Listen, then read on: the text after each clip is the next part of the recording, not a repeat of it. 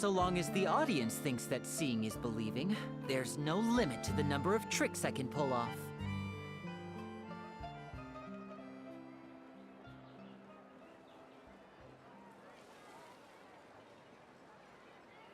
There'll be an extra fee for that.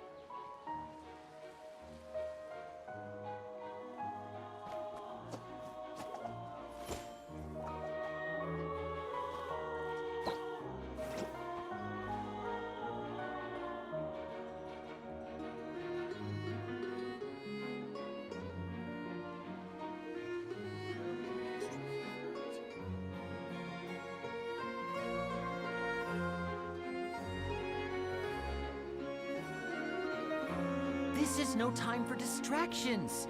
Seriously, you have a great magician standing right here. You don't want to miss the best part, do you?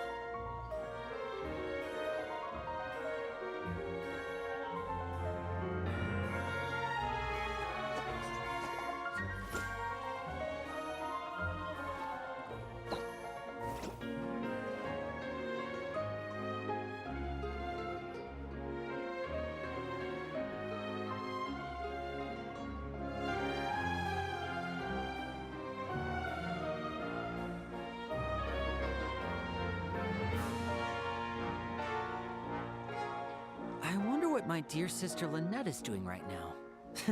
Missing me to death, I'm sure.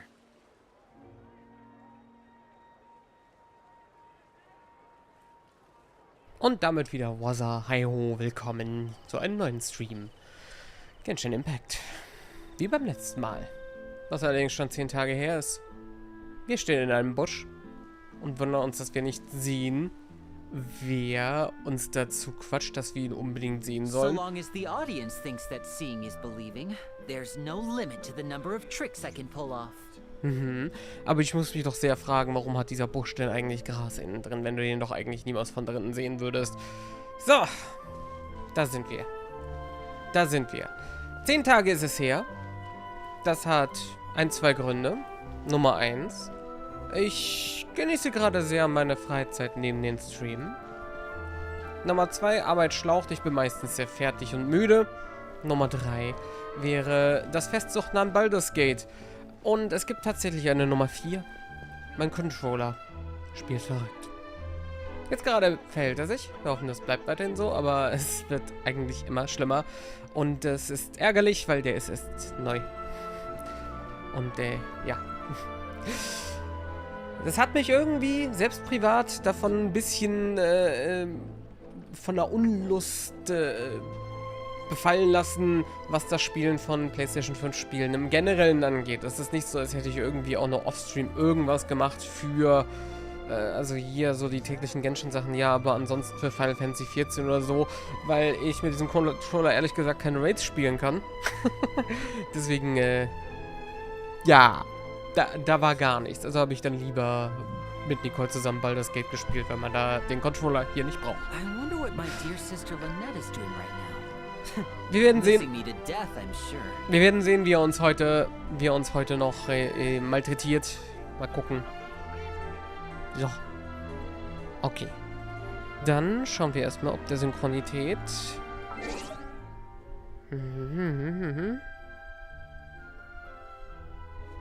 Und Quatsch.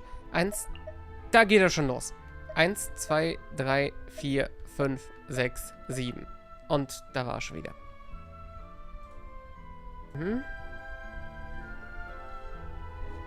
Und Quatsch.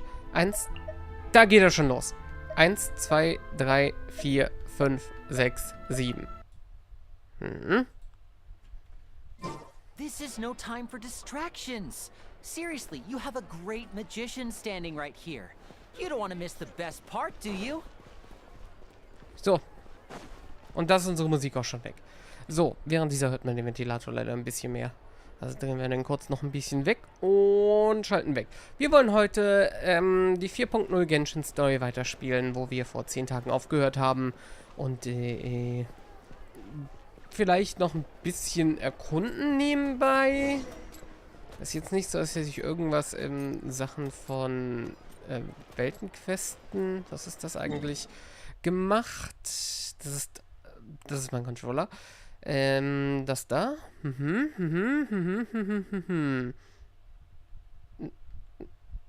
Ihr merkt dieses Zucken, ne? Das ist die mildeste Form von dem, was ich meine. Die krasseste Form, die kommt eigentlich... Es ist auch so immer, der dreht sich nach links. Das ist genau das, was ich meine. Aber wirklich nur die mildeste Form davon. Eigentlich rennt er die ganze Zeit gegen mich an, sodass ich teilweise Schwierigkeiten habe zu steuern. Also wirklich schlimmer Drift. So. Wenn ich jetzt was erkunden wollen würde, wo würde ich dafür hingehen? Ich würde sagen, es ginge darum, Teleportpunkte freizuschalten. Ich habe offstream viele Teleportpunkte freigeschaltet, aber nicht alle. Da habe ich mir einfach mal Ausnahmen gesetzt. So für das, was ich mache. Offstream, weil ich Materialien sammeln musste, um den hier aufzuleveln. Als Beispiel. Und den ich allerdings in diesem Team ja nicht haben will. So. Das war nur ein Ausprobierteam. Und wir nehmen natürlich wieder das ganze Rennerteam so. Da sind wir. Ist doch viel besser für Erkundungen. Deutlich besser. Ich würde sagen, ich mache das jetzt so 10, 20 Minuten und dann starten wir mit der Story weiter. Gehen Sie auf die natürliche Weise Richtung Poisson. Und so, was haben wir denn hier? Wollen wir da irgendwas? Ich weiß nicht. Da unten sind diese ganzen Stellen. Bin mir gar nicht sicher, was wir über den ganzen Fontainelle-Rätseln hier eigentlich machen sollen. Ein Oculus einsammeln, das wäre auf jeden Fall eine schöne Sache.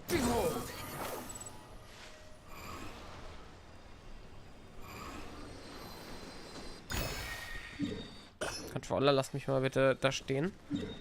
So. Also gut, der Teleporter. Wo ist er denn da? Der ist ein bisschen weiter weg. Gut. Was haben wir mit diesen Rätseln? Ich weiß ja gar nicht, wie auch nur irgendwas von den Rätseln geht. Also wir nehmen das und dann attackieren wir das.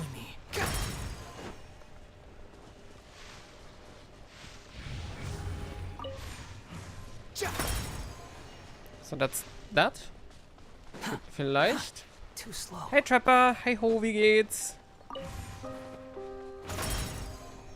Ja, das ist scheinbar echt alles, was wir hier machen.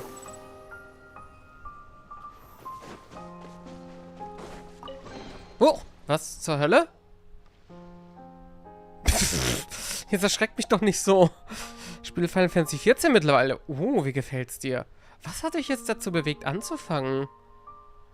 Solange ich eine warte mal. Ein komisches Gefühl. Ich habe keine Ahnung, wovon sie redet. Was?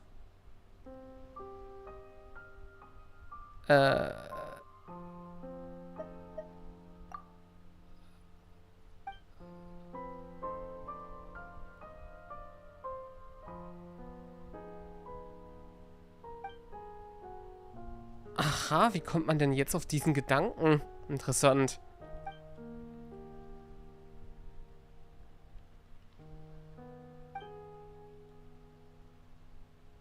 Du meinst also, sie lassen andere Neulinge ausbilden hier?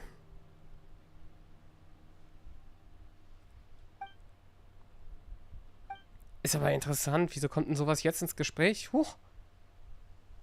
Ist es nicht die Frau aus der Stadt eben? Also das Mädchen? Wo kommt die überhaupt her? Also bin ich jetzt in eine Sidequest gestolpert, weil ich ein Rätsel gelöst habe. Na geil. Aber das ist sie nicht, oder doch? War das der Name? Ich glaube, das war der Name. Oh ja. Sehr viel Milch trinken und schlafen, dann wird das alles wieder... ich glaube nicht, dass das funktioniert. So, Burnout hat mich dazu bewegt. Und mein Paladin ist Level 46. Oho. Und ansonsten so storymäßig oder interessiert die dich weniger? Aber das ist schon eine Menge Fortschritt. Burnout wovon eigentlich? Jetzt so Arbeit? Oder ist das eher so Burnout von gewissen Spielen? Von allen Games. Ah.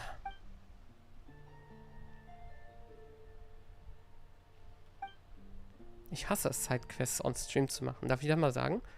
Deswegen mache ich auch Worldquests und sowas einfach off-stream. Weil ich hier in diesem Spiel überhaupt nicht dafür bin, Sachen zu synchronisieren.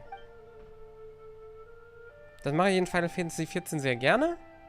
Aber hier einfach weniger. Ich weiß nicht. Hat so angefangen, das ziehe ich auch so weiter vor. Aber das ist ja auch bei anderen vielen Spielen gewesen. Xenoblade Chronicles habe ich ja auch nie wirklich Side-Stuff synchronisiert. Was heißt synchronisiert?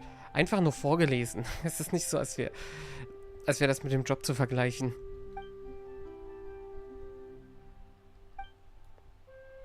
Das Problem an Genshin ist, die haben einfach viel zu viel zu sagen. Für meinen Geschmack. Immer.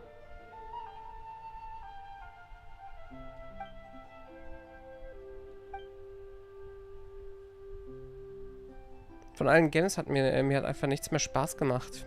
Mhm. Aber das ist ein guter Zeitpunkt. Bei mir war das zwar nicht so, aber nachdem ich Final Fantasy XIV angefangen hatte, habe ich auch für eine lange Zeit einfach nur noch das gespielt. Also, dass es einen so ein bisschen gefangen halten kann oder gefangen nehmen kann, das kann ich halt vollkommen verstehen. Von daher freut mich, dass du dann im Prinzip doch noch zu einem guten Game gefunden hast, denn das kann man so festhalten, dass es das ist. Ich muss mal kurz mal... Nicht das eigentlich? Moment. Sag mal, wir machen jetzt mal das hier an. Kleinen Moment.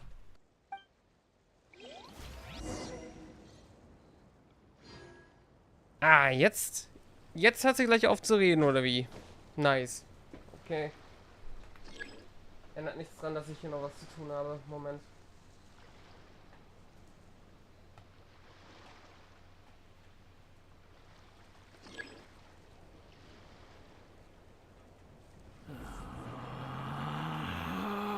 Ich mach ja gleich Wanderer. Relax. Dieser Sound ist so lächerlich. So. Dann wünsche ich dir weiterhin viel Spaß mit Final Fantasy XIV. Ich hoffe, du findest mindestens genauso viel Gefallen dran wie ich und wirst das monatelang spielen. Bewege die pneumatischen Relais auf beiden Seiten der Strecke Anzahl an Relais. Was?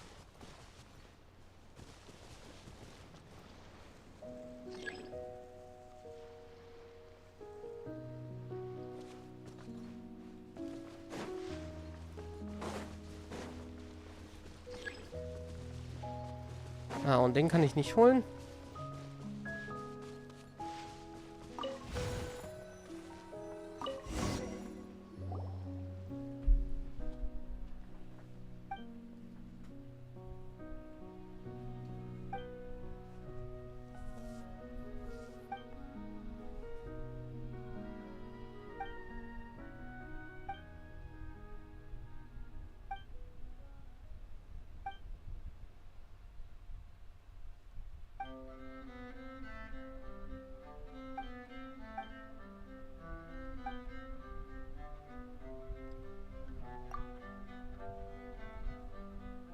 Tja, als ich gesagt habe, ich werde jetzt so 10, 20 Minuten erkunden, habe ich nicht erwartet, dass ich 10, 20 Minuten in einem Gespräch feststecke. Ganz ehrlich.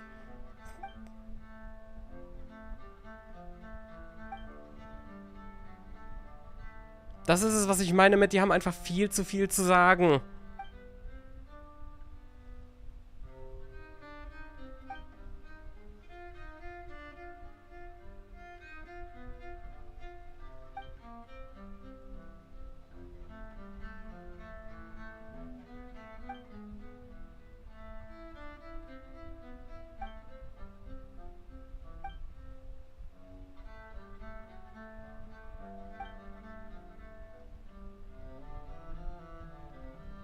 Ja, bitte geh jetzt nach Hause.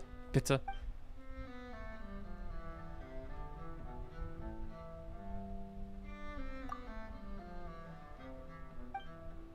Darf ich jetzt? Danke. Gut. Während mein Controller gegen mich kämpft. Sehr schön. Wenn wir schon irgendwo runtergehen, machen wir das hier.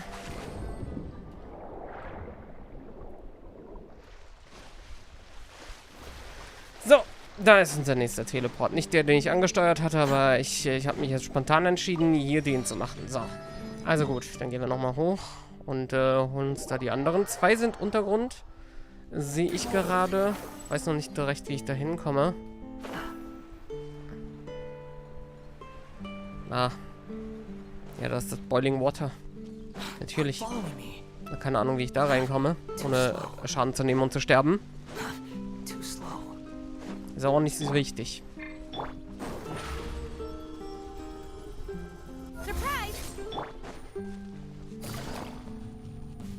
Hm. Okay, meinetwegen.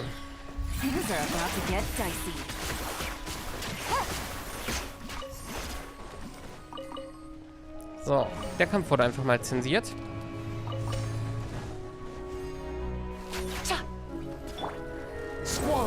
How amusing.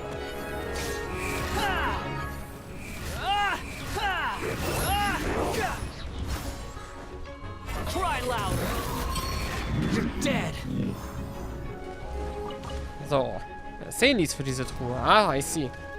Ach, das sind die. Die habe ich schon immer mal von der Ferne gesehen. Dann.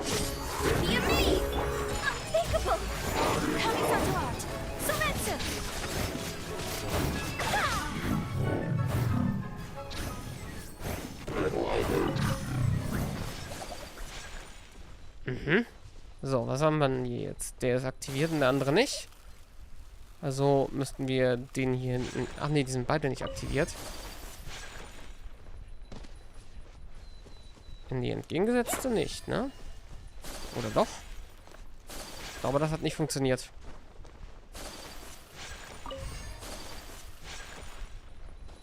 Vielleicht manchmal die entgegengesetzte? Ja, sieht so aus. Ja, stimmt, das war ja da auch weiße, ne? Ich habe mir die ganzen Rätselerklärungen nie durchgelesen, also muss ich das jetzt mal so rausfinden. Aber geht ja scheinbar. Okay. Das ist eine der Series. Meinetwegen. Dann machen wir jetzt diese Truhe und dann machen wir Story. Ich glaube, das wird derart lange dauern.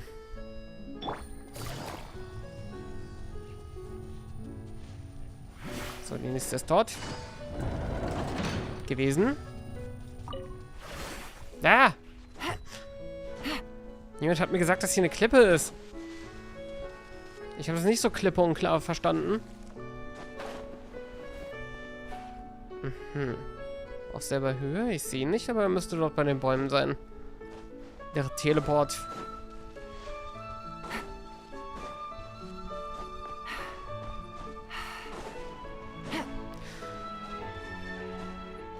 So ein bisschen kenne ich das Problem ja auch, Trapper, mit dem es macht einem nichts Spaß zurzeit, weil es halt sehr viel Baldur's Gate gerade privat. Wenn das für PS5 rauskommt, werde ich es wahrscheinlich mindestens einmal streamen. Weil ich nicht unbedingt so weit gehen würde, zu sagen, nichts macht mehr Spaß. Es ist eher so, nichts macht so sehr Spaß. Aber hin und wieder kann man sich ja trotzdem für Sachen begeistern. Siehe hier. Sonst würde ich hier nicht streamen. Sonst würde ich jetzt erneut Baldur's Gate spielen. So wie die gesamten letzten Wochen.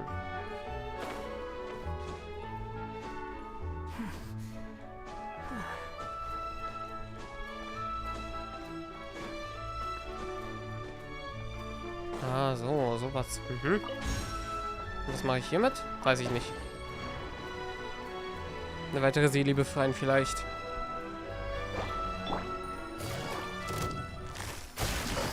Take it easy. Autsch.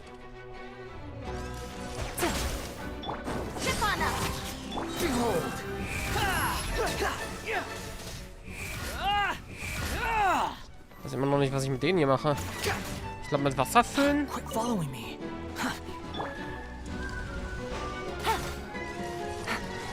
Here comes the catch. So, der overflowt jetzt.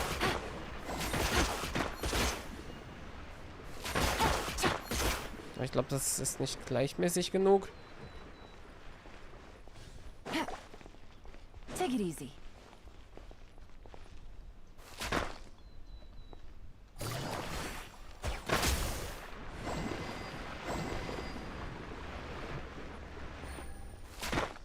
Aha.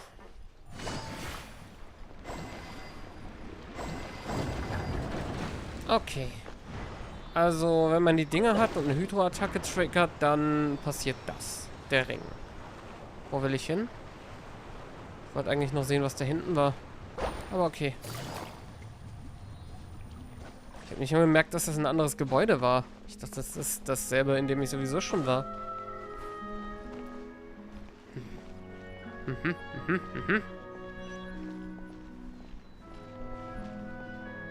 Ja, okay. Ich hab's mir angesehen. Heißt ja nicht, dass es erfolgreich sein muss.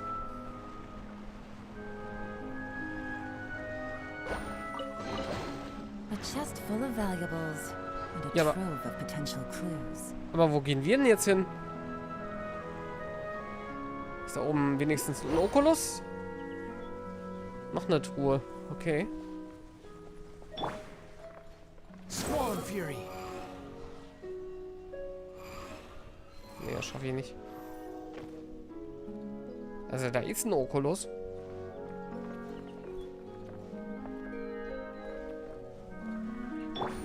Controller, lass mich mal.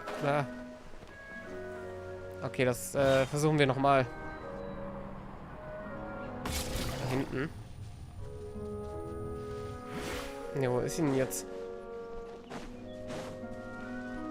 Da ist sie. Ihr merkt, wie mein Controller hier die ganze Zeit nach links steuert. Das ist unverkennbar. The wind rises. Das tut er. Aber was würde der Wind denn eigentlich machen, wenn man keinen Wanderer hätte? Wie würde man denn dann da hochkommen? Controller, lass mich mal. Lass mich mal. Behold.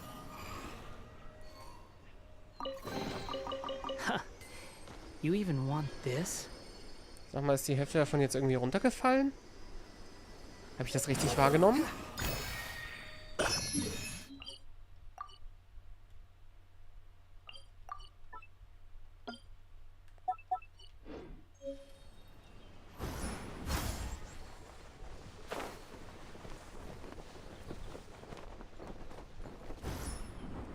Tatsache. Also, das ist ja frech. So, der Teleport. Das ist der unter der Erde. Wir wollen den da Squall hinten. Fury.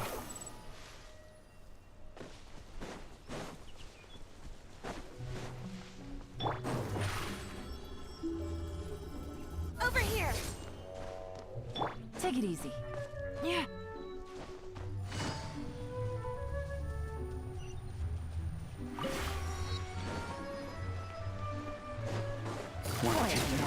The wind rises.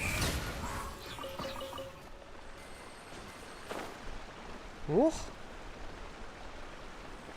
Es geht ja plötzlich tief, aber erinnert mich an diese eine Stelle in Narukami. Haha.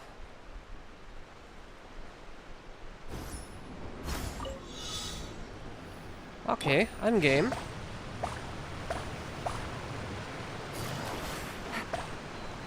Behold.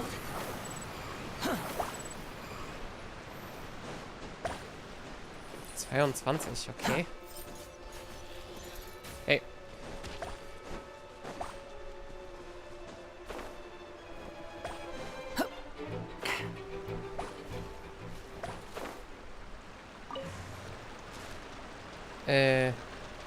Ah. Squall Fury.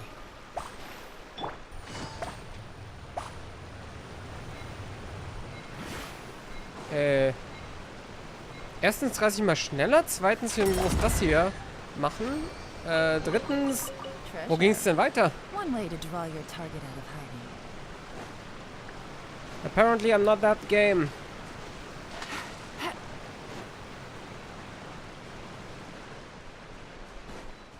Hä? War das hier nicht die Herausforderung? Aber...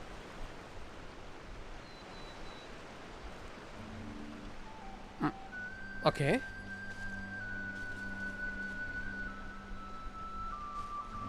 Ich bin nur milde verwirrt. Keine Sorge, es legt sich wieder.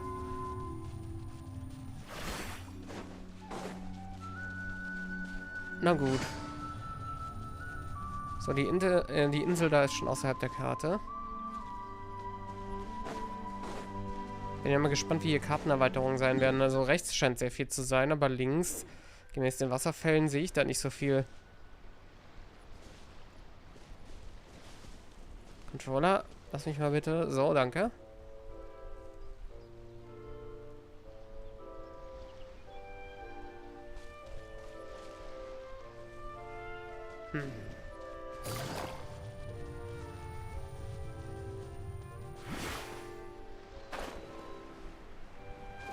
Wir bewegen uns schon auf gute Prozente hier zu. Wir sind hier schon 53. Das ging sehr schnell. Das meiste davon scheint noch die Teleporte auszumachen, wenn ich ganz ehrlich bin. So, nehmen wir mal die Untergrund-Teleporter beiseite. Wenn es hier noch mehr Overground gäbe, würde ich die schon gerne haben. Aber es scheint so zu sein, dass es dann nur noch den da gibt. Was Ziel genug für mich wäre. Den da könnten wir wahrscheinlich auch sehr leicht holen. Und den da. Aber nehmen wir mal den da. So. Und, ja, da habe ich eine spontane Mission, das hier zu erledigen. The wind rises.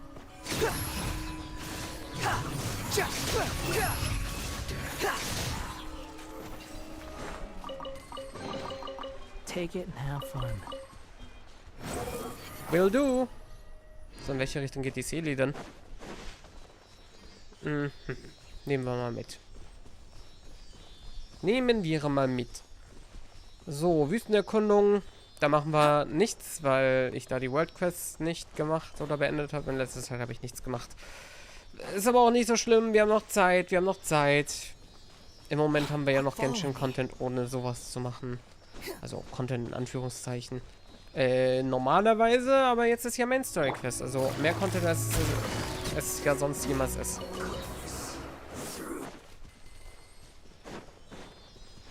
Okay. Noch eine Herausforderung. Ganz schön steile Truhe. And a trove of potential clues.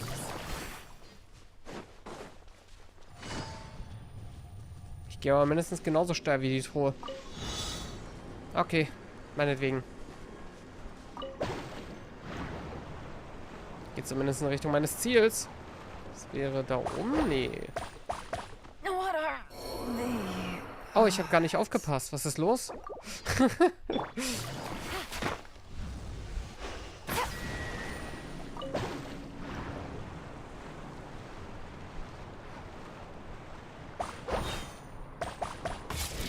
So, okay.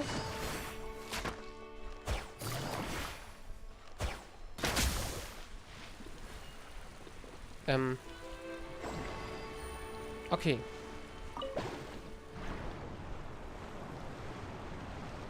Ich habe diesmal meinen Wasserring nicht aktivieren können. Aber ich glaube, den kriegt man auch nur, wenn man 3 von den Dingern hat. Das sind, glaube ich, dann die Granas. Hey. Controller, Vorsicht. Squall and Fury. Die Metz! Too slow. Absolut. Was passiert hier hinten? Okay. Gut, nicht der Teleporter, zu dem ich wollte.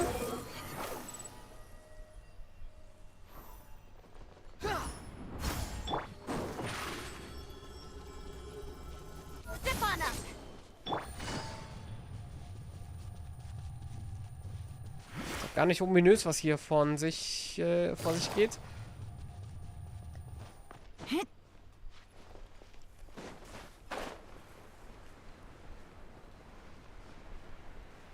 Gibt es hier an mehreren Orten. Okay, das hängt wahrscheinlich alles zusammen. Da ist er doch.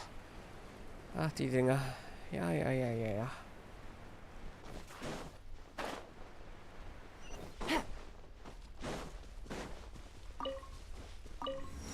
So, okay.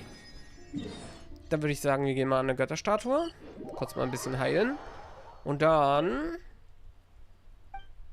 Vielleicht ein paar Oculi abgeben. So. Geht's mal langsam Richtung der Main Story wieder weiter. Wir sind in Poisson im originalen Unterschlupf der... wie hieß sie noch?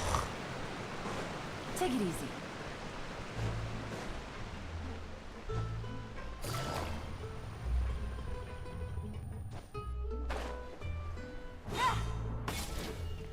Des verrückten Käse? Ich weiß nicht, wie hießen die noch?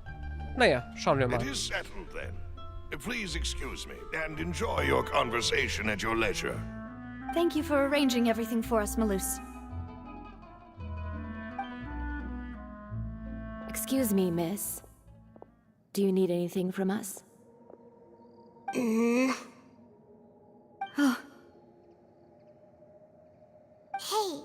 Navia's all quiet. This isn't like her at all. Das Kind ist halt sehr grumpy. I'm sorry that I only came to visit after all this time. After what happened, I didn't know how I was supposed to face the two of you. Ah, if it's about that, there's no need to apologize. After my husband died, Spina di Rosula sent us a lot of mora and support. I understood your guilt and apology to be genuine. But aren't all of those things nothing compared to the loss of Jacques? I can understand the kind of pain that comes with losing a father so needlessly. You don't understand at all. I didn't know how to face you, because I didn't know what I could possibly bring as a consolation gift. I know only the full truth could bring closure to you, and to all of us. I'm sorry. I appreciate the sentiment, but you don't have to carry all that guilt. On the matter regarding my husband, my daughter and I have more or less found our answer already. Would you mind sharing it with me? I really can't believe that my father could ever bring himself to shoot Jacques. I always knew that my husband's money was earned through others' suffering. He told me countless times that if he could turn back the clock, he would never go into the synth business again. He had many regrets, and felt that he took the idea of providing for his family too literally. For the longest time, he thought Mora was everything. So when Mr. Callis came to him with a proposal, he accepted it almost immediately. He tried to be as careful as he could, but even so, he was still found out by the higher-ups. They found out about his betrayal? Papa didn't say that exactly, but Papa did tell me that I should never be ungrateful. Before he left that day, he told me that he had no choice. It was only later that I realized it was his final farewell to the two of us. Also, alles geplant? I don't know that for sure, but you could say that's the conclusion I eventually came to. Which is why I'm the one who should feel guilty. Callis had always taken great care of us, both when he was still alive and after he passed away. Even if he fired the shot that killed my husband, it was likely in self-defense. It is impossible for me to hate him for what he had done. But Mama, why is Papa still the bad guy if he did the right thing? Papa always wanted to be a good man, so why did he have to do a bad thing in the end? Well, things aren't always as they seem. You still feel like your papa was a good man, right? Yeah, Papa was a really good man. The best in the whole world. Then you should hold on to that. If a good man had to do a bad thing, then he must have had his reasons. Regardless of whether he left you a parasol or a sword. He must have done so to give you a better life. Oh. Thank you for everything you've told me. I will definitely find the truth. The current state of things is not something I'm willing to just sit back and accept. Thank you. I'm very grateful to hear this from you. Even though your personality is quite different from your father's, your determination when you speak is really similar. You really think so? That's the first time anyone said that to me.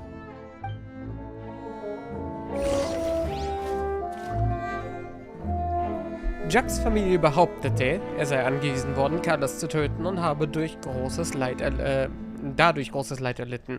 Könnte es sein, dass Carlos damals sich selbst schützen wollte? Oder gibt es andere Gründe für sein Handeln? Wir haben mehr als nur das, ne? Beim letzten Mal hatten wir doch auch schon Beweise oder eine Zeugenaussage gesammelt. Okay, Navia? I'm fine. Don't worry. Let's investigate the 3 suspects next.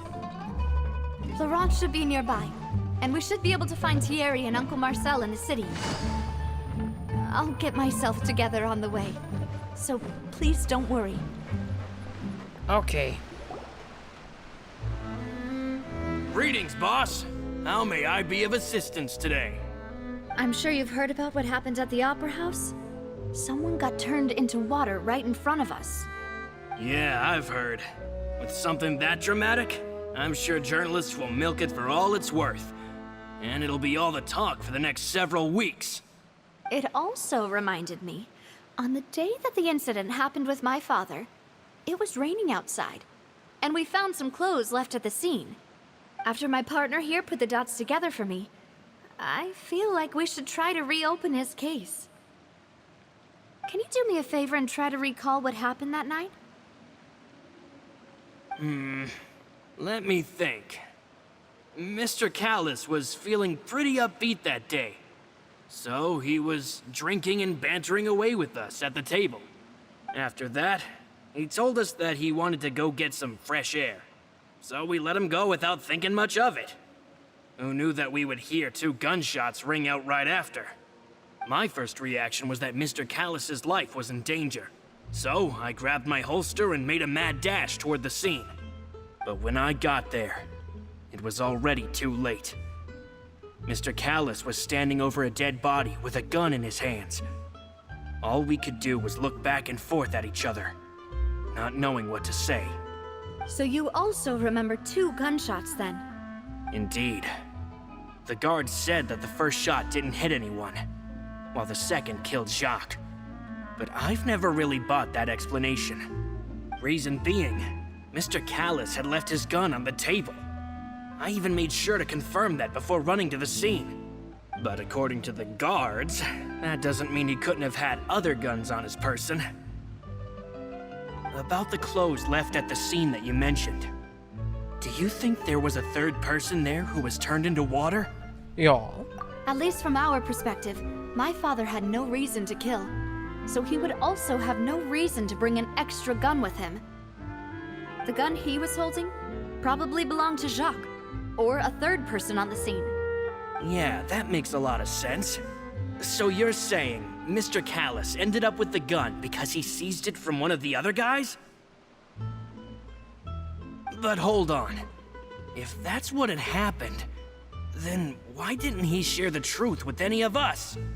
He didn't even want to face the Oratrice machine, and chose instead to prove his honor in a duel. Did he lose all faith in the courts after seeing someone dissolve right in front of his eyes? About that, Malouse told me a thing or two. So, I think I can understand why he committed to the duel. I'll tell you everything, once the whole truth has been revealed.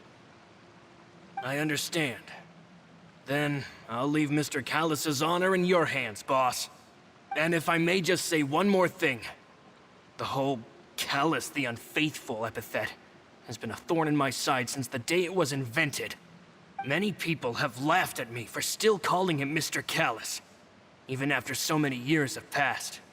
But it was Mr. Callis's trust that allowed me to rise through the ranks of Spina di Rosula and live the life I lead today. No matter what others might say, he'll always be the man I respect the most. And he'll always be my boss. Don't worry. I will definitely find the truth. You and all our other comrades at the Spina deserve to know the truth as well.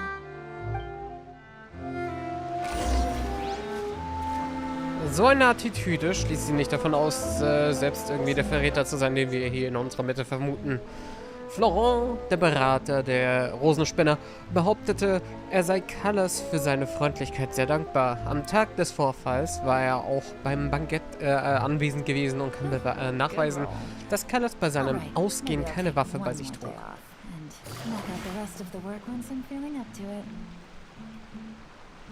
Ich kann während der Gespräche die Fallakten ansehen, aber nicht außerhalb. Oder wie ist das? Weil das R2 war gerade die ganze Zeit oben, aber ich dachte mir so, vielleicht habe ich das eben noch nicht gesehen. Nö. So ist es nicht. Es war einfach nicht da. Oh. Du schon. Hey, Thierry, it's me. Oh, now, what brings you here, Miss Navia? I've heard that you made quite the name for yourself at the Opera House. Oh, so you've got news of that already. Oh, okay. Hey, I'm also a member of the Guards, you know.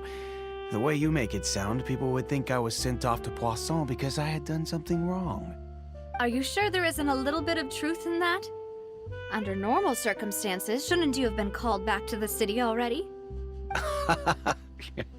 I mean, where I work is really up to me. Let's just say I enjoy the ambiance of Poisson.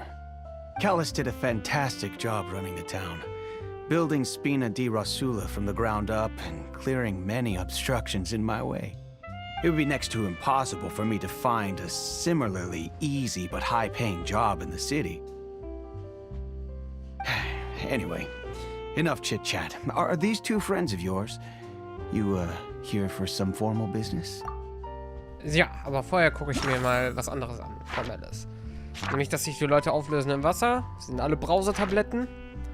Und, also, das war nur das Protokoll vom Fall selbst. Ah, yes.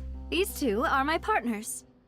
What happened at the Opera House made us realize that Lenny's case and my father's may be related. We're trying to reinvestigate the details of my father's old case. Ah, I get it. You think there might be more to the case now that we know people can be dissolved into water, right? I was also flabbergasted when I first heard of it. If you want to go through the original files from your father's case, I can help you look for them. That'd be much appreciated. Thank you. Actually, I have another question. Do you have the authority to dispatch Gardamex?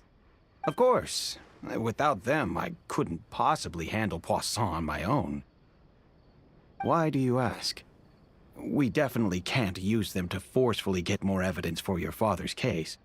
Well, you see, just recently, we were attacked by a horde of unnumbered Gardamex in the city. So, if you hypothetically wanted to do something against me, all you would need to do was get rid of the mecha serial numbers and send them after me. Then you think too highly of my abilities. Dispatching mecha is very different from controlling them. If I had to make an analogy, when you order a dish, the chef will make it for you. You can ask the chef to cook, but not to massage your shoulders or carry your baggage. If you try to make unreasonable demands, the chef would just think you're out of your mind and ignore you completely. The same goes for me and my Gardamex. Removing a serial number is also not as easy as you might think. There are a lot of complex steps to it, and it's almost impossible to keep it a secret. So I can promise you, those mecha were definitely private units. They're certainly not cheap. So, whoever their owner is must be super rich, powerful, or both. Now that you mention it, though, being in the synth business would definitely be profitable enough to afford this. Ja, könnte aber auch eine falsche Fährte sein. Oh, then you're officially in the clear, Thierry. Oh, well, thank you for the vote of confidence, Navia. Jokes aside, I'd like to wish you all the best with your investigation. I'll be staying in the city for a little while, so just come find me if you need any support from the guards. Ich meine, er war schon sehr chill, aber das heißt natürlich nicht, dass er nicht trotzdem, ne? Ich weiß es nicht. Wir werden sehen. Thierry Fury ist für den offiziellen Kontakt zwischen den Rosenspinner und der Gendarmerie Fontaines verantwortlich. Ihm zufolge kann nur jemand, der reich genug ist, privat eine große Menge an Gardemec zu besitzen.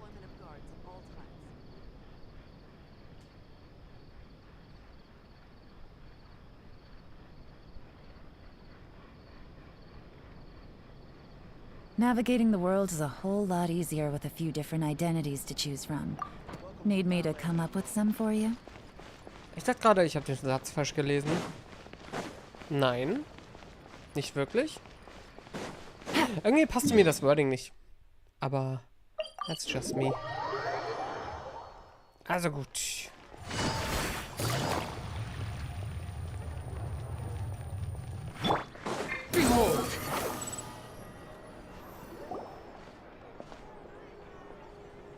Hello.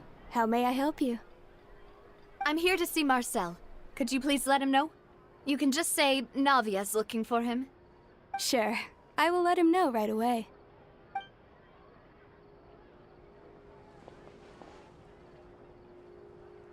Ah, Navia, hello. Sorry to keep you waiting. I'm not as young as I used to be, so my legs are giving out a bit. Oh, it's all right, Uncle Marcel. There's no need to stress. I just wanted to talk to you briefly about what happened in the Opera House. I'm sure you saw everything too, right? Yes, I've never seen anything so strange. Oh, you were at the Opera House too? That's right. I went there with Navia to see the magic show. Who knew it would turn into a whole murder mystery? I also witnessed your marvelous sleuthing work. Quite impressive. To beat the Hydro Archon at her own game on her own turf, I can already imagine everyone in Fontaine discussing your exploits over a few glasses of wine. Oh, Paimon doesn't want to become the talk of drunkards. Apologies. It's just how Fontaine is as a nation. Everyone loves drama and theatrics. Uncle Marcel, you've also noticed that other thing, right? The fact that humans can dissolve in water? Yes, I was reminded of your father's case right away. Is that what you're investigating now? Exactly. I still don't have much solid proof, but I can sense that the other side has already begun to act. Also, Liquid Proof wäre hier auch ganz gut. In dem Fall, wo sich Leute in Wasser auflösen. Oh, and what makes you say that? We were attacked on Araneus by some unnumbered Gardamex. And there was also an attempt to get me to drink water from the primordial sea. If not for the vigilance of my partner, I probably wouldn't even be here talking to you right now. Oh, you're giving us too much credit. Wasn't it you who protected us? Alas, it seems things are heating up again. The peace that Callus sought so dearly will soon become a thing of the past. But rest assured, Navia, Poisson will always remain a safe haven for you. If you're scared, you can always return there.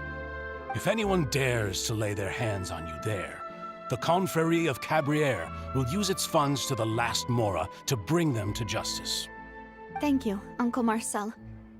But I don't intend to go into hiding. I'm going to strike while the iron's hot. Do you have any new thoughts on my father's case? About that. Sorry, my age is catching up with me, so it'll take me a while to recall my memory.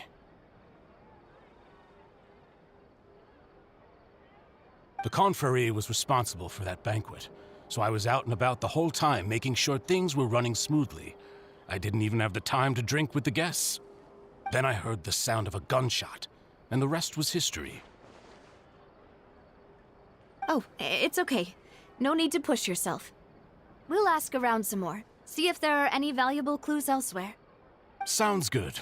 Just let me know if you ever need Mora. All my wealth comes from Callus's patronage and support. I'll spend however much it takes to clear his name.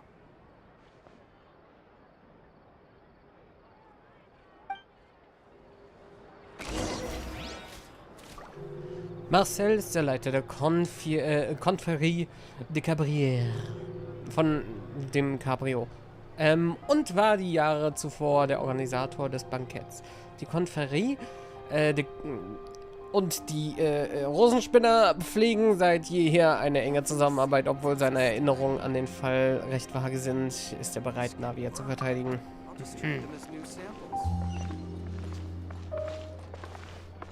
Also wir gehen mal kurz aufs Dach. Oh komm.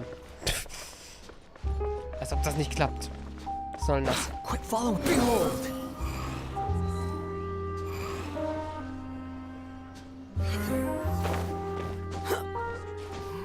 Einfach von Anfang an klettern. Oh, das reicht. We've talked to all 3 suspects, purely based on their conversations with me. None of them sounded particularly suspicious. Ich weiß nicht. Der eine hat zumindest irgendwie so ein bisschen Maschinenkontrolle. I suppose that's to be expected, though. If a single conversation's all that's needed to find them out, then my father wouldn't have needed to investigate the case for so many years. Anyway, even though we didn't make a breakthrough, let's still compile what we were able to find. But where should we start? Bei Jacks Motiv, okay? Ah, you're right! Flora mentioned that Callus probably only ended up with the gun because of circumstance. That makes sense. According to Jacques' family members, he already told them that he had been discovered, and that he had no choice before he left home that day. If I had to guess, he probably received an order from the synth boss to kill my father. Had he refused, he and his family's lives would have been forfeit. So, Jacques fired the first shot? Wenn ich an seiner Stelle gewesen wäre, sehe ich keinen Grund zu feuern. Weiß man nicht. Oh? And why is that? Wäre der Mord an Herrn Callis etwa nicht sein Todesurteil gewesen? Hätte er die Sicherheit seiner Familie garantieren können, wenn er Herrn Callis getötet hätte? Ooh, that's a good point. Jacques probably already knew that he was just being used as a tool for murder. And once he had completed his mission, he'd be of no more use to his boss. Huh. So, what would make more sense from his perspective would be to turn his back on the Order and seek protection from my father. Anscheinend war ein Dritter der Auslöser dafür, dass die Situation kippte. Weil er nicht gehorchte? Makes sense. But without evidence, that's still just a theory. Besides Jacques, the attack from the Gardamex has been bothering me quite a bit as well. It's obvious that our enemy has become more antsy after the secret of the primordial seawater was revealed. Do you think he knew, even then, that we'd follow this lead to the end? Ich meine, es stand zur Auswahl. Man muss sich fragen, warum sie überhaupt... Waren sie derart in die Ecke gedrängt, dass sie es unbedingt in aller Öffentlichkeit benutzen mussten? Weil das war wahrscheinlich, und das mussten sie gewusst haben, ihr größtes Mittel, alles geheim zu halten bis dahin. Also haben die vielleicht noch ein anderes Ziel verfolgt? Oder sind sie einfach plötzlich dumm geworden? Given everything that's happened since, it's quite possible. But who among the 3 suspects would have the ability to control privately owned Gardamex?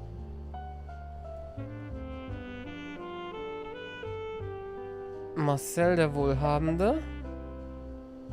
Uncle Marcel? My father did really trust him. And they worked together on a large number of projects. Maybe that's how he got to know Jacques. And with funds from the Confrérie, he could also afford a large number of Gardamex. It's still really hard for me to imagine, though. After all, Uncle Marcel has been around since I was just a child. Also, wouldn't this mean he has been spending a whole lot of Mora and energy to fight his own synth business?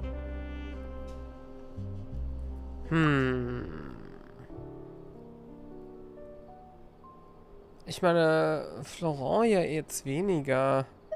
Thierry weiß alles darüber. Ich weiß nicht, welcher von denen wahrscheinlicher wäre. Thierry, you say? Huh. It is possible that he's figured out a way to convert the Gardamex for personal use. But I didn't feel like he was lying when he was talking to us about the mecha. I also don't think he'd be able to keep that kind of tampering under wraps. Yeah, had he actually tampered with the mecha, we'd be able to prove it with a simple check of the guard's inventory. If the mecha were taken from the guards, it should be pretty easy to find out when and how that happened. Tja. Florent? It is true that he was closest to my father, and thus had the best chance of learning about his dealings with Jacques. But as Spina di Rosula's advisor, his work mostly deals with personnel and security, so he shouldn't have much means when it comes to finances. So you're saying he's too broke to afford a mecha army? Hier ist eine Theorie. Alle drei. Jeder hat einen Teil, der dazu nötig ist. Der eine das Wissen, der andere vielleicht eine Motivation, ja, vielleicht Florent nicht. Aber der andere hat auf jeden Fall die Mittel. Vielleicht sind es alle drei. Exactly. He can't. And even if he could, I don't think he would be able to dispatch a whole group so quickly. Who could it be? Ich glaube...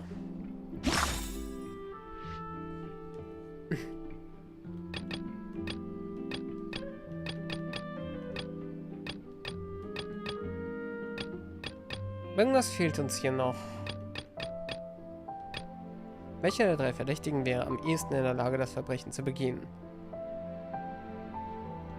Also ich bin ehrlich gesagt auf Marcel, nicht zuletzt, weil er auch auf der Bühne war. Vielleicht hat er den dort aufgelöst. You know, if you think everything through, Uncle Marcel is indeed the most suspicious of them all. Could we be missing other suspects? Malus didn't know about the people turning into water thing when he narrowed it down to these three, did he? Malus has always been very reliable, and his judgment of others' trustworthiness has been fair and well considered. When he laid out his case for the three, the rationale he gave me made a lot of sense as well. The suspect is knowledgeable about the Spina's internal affairs, has the means to dispatch Mecha to assassinate us, and possesses significant intellect and foresight. Even if I don't want to believe it, I'm starting to see how things could all tie back to Uncle Marcel. Er steht dir ziemlich nah. Das trifft wohl auf alle drei so ein bisschen zu. Well, we still have another trump card on top of all the theorizing and speculating. Der Ort, an dem das Synth hergestellt wird. Yes. Malus did say that charging straight in there would be extremely risky. But we don't have any other options right now. We need far more solid proof before we can hope to go charging in on our enemy. Navia, here you are. Oh, I've been looking for you. Huh? Aren't you the guy from the guards? Did something happen? Yeah. News came from Irenaeus just after you left. We've got another trial on our hands. Wasn't that place built specifically for holding trials? What's so newsworthy about this one? I know. But they said the person they're putting on trial is a Fatui harbinger called Tartaglia. Ha. Ja, das hat er ja geplant. What? Is that someone you know? Yeah, we know him. Maybe even a little too well. Well, he's been accused of being the true culprit behind the serial disappearances case. It's absurd, don't you think? Wait, how? None of our investigations have had anything to do with him. That's what I thought was strange about it, so I came to tell you the news right away. If the charge against him stands, then it'll be next to impossible to get the guards to support any of our planned investigations. Es ergibt Sinn, dass sie ihn dessen anklagen wollen, weil ich will mal behaupten, einer der Hauptgründe, warum auch Lene angeklagt wurde, waren seine Ties zu den Fatui. Man mag sie hier nicht sonderlich. Right, because they'll think they've already found the culprit. Yeah, and it'll be a lot harder then to clear Mr. Callus's name. I understand. Well, partner, what do you think we should do? We still haven't found any conclusive evidence.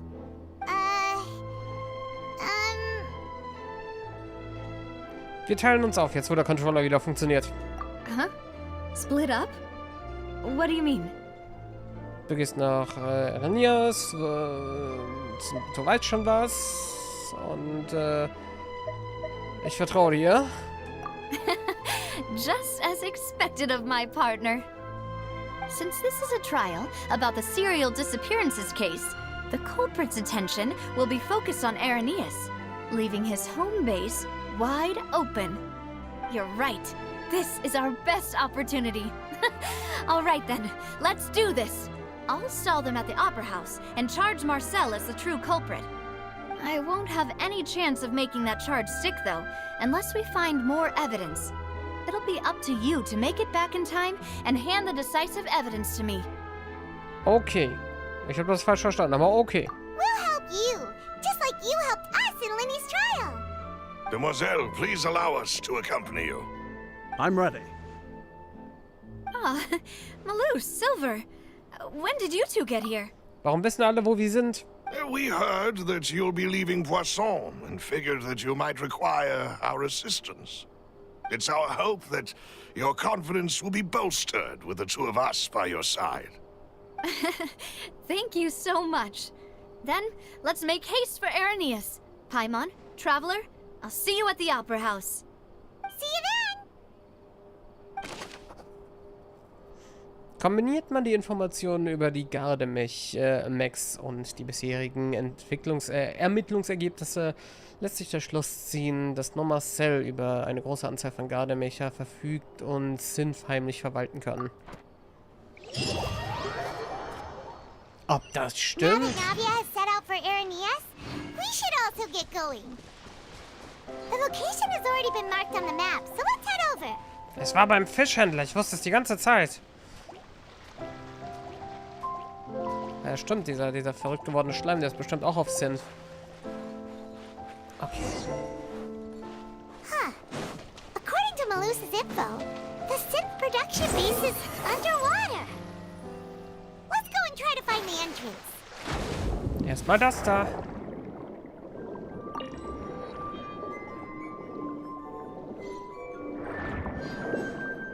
Tja, ich sehe da schon was. Bei der tanzenden Krabbe.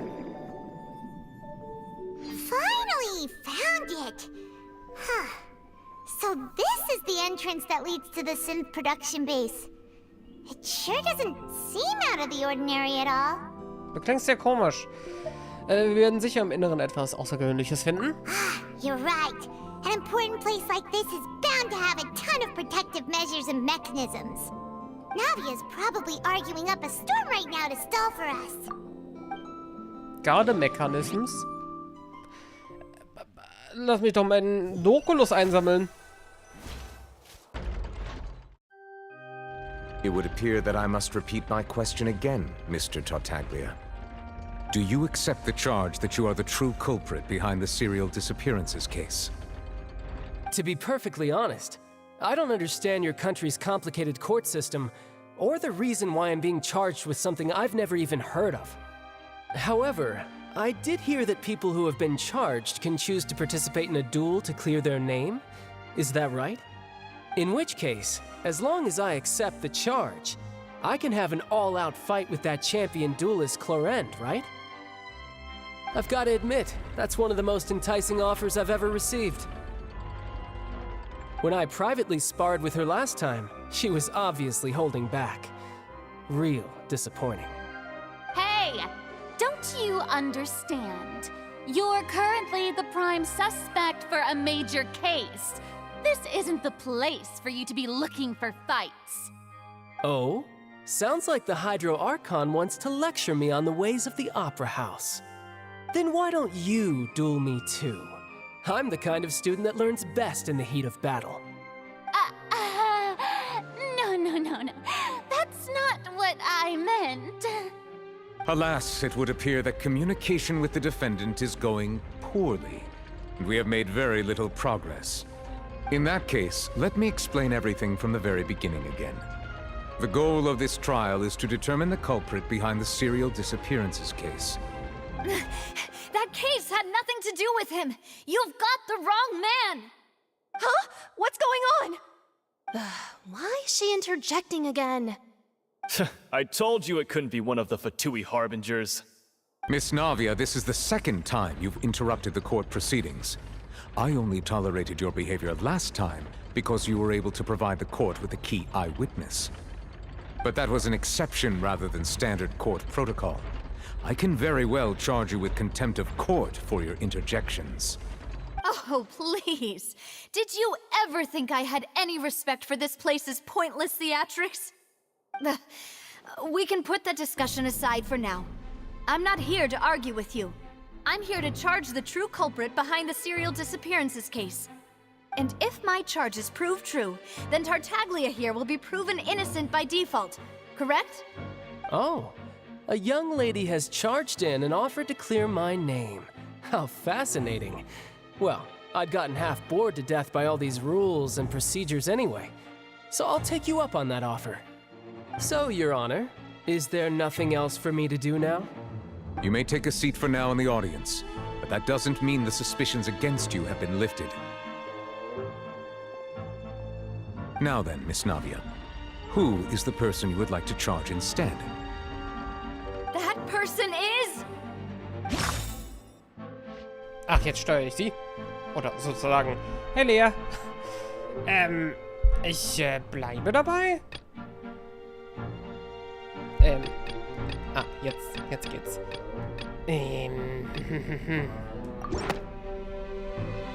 Marcel, the head of Confrérie of Cabrières. Huh? What confrérie? Never heard of them in my life. I've heard of them, but weren't they Spina di Rosula's sister organization? Oh, is this going to be a friends to enemies type situation? Please let me remind you, Miss Navia, that charging someone is an incredibly serious matter. Committing to the charge also means taking on the legal responsibilities associated with it. Außer man ist der Hydro-Archon.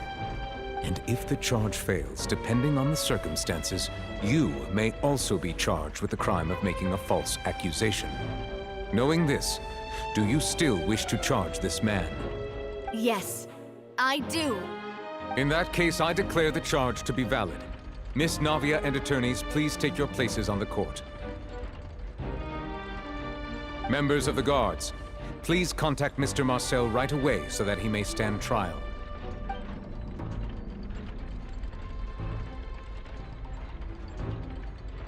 Mr. Marcel, you will not require an attorney. Is that correct? Apologies. It all just happened so quickly. I still haven't figured out what's going on. I think an attorney won't be necessary. This is probably just a misunderstanding between me and Navia. Very well. In that case, since both sides have now arrived, Miss Navia, please present your charges. I would like to take everyone back to 3 years ago, to the case of Callus the Unfaithful. Only through elucidating what really happened in that case can we connect all the dots for the serial disappearances case. Navia, do you really think that I was the one who killed your father? Come on, why would I do that? Callus was my benefactor, and remember both you and I only ran to the scene when we heard the sound of a gun. If that's enough to make me a suspect, wouldn't that make everyone at that banquet a suspect as well? I think there's no point in getting into the specifics right now. The audience doesn't even have the big picture yet. Even I'm struggling to remember some details of that case. Exactly correct, Your Honor. I must refresh everyone's memory about that case before I can explain my charge and reasoning. I see. In which case, I will recount the findings about that case as originally recorded by Maison Gardiennage.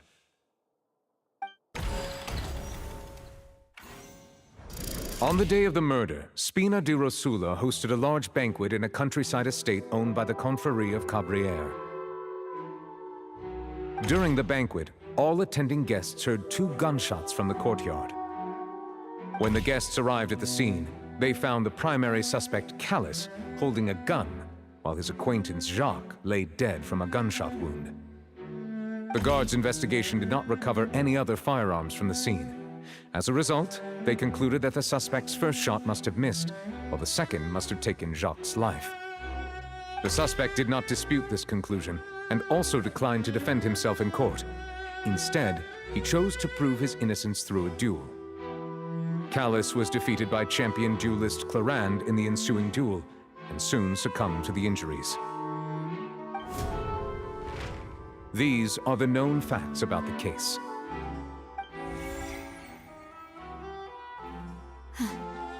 The one with the motive to kill was Jacques, not my father. And even so, Jacques still had no reason to pull the trigger.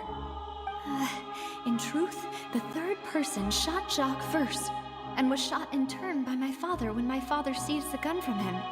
After that, the true culprit turned the third person into water, erasing all traces of him from the scene.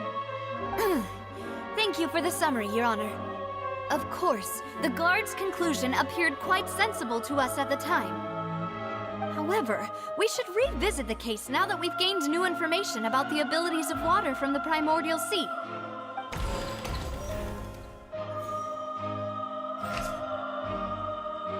So, also. Das Bankett gab es ja wohl. Und den ersten Schuss, den haben sie ja auch gehört, auch den zweiten.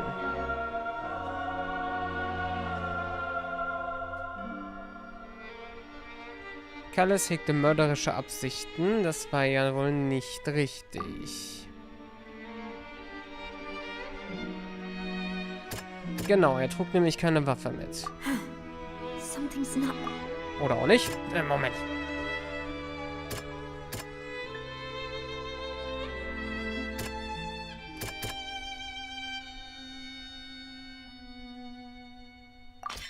The testimony of the victim's family confirms that Jacques had thoughts of assassinating Callus when he set out for the banquet. However, in the end, he reconsidered, and instead shared everything with Callus, hoping to seek the latter's protection. Unfortunately for Jacques, the true culprit had already considered this possibility, and had sent out another assassin.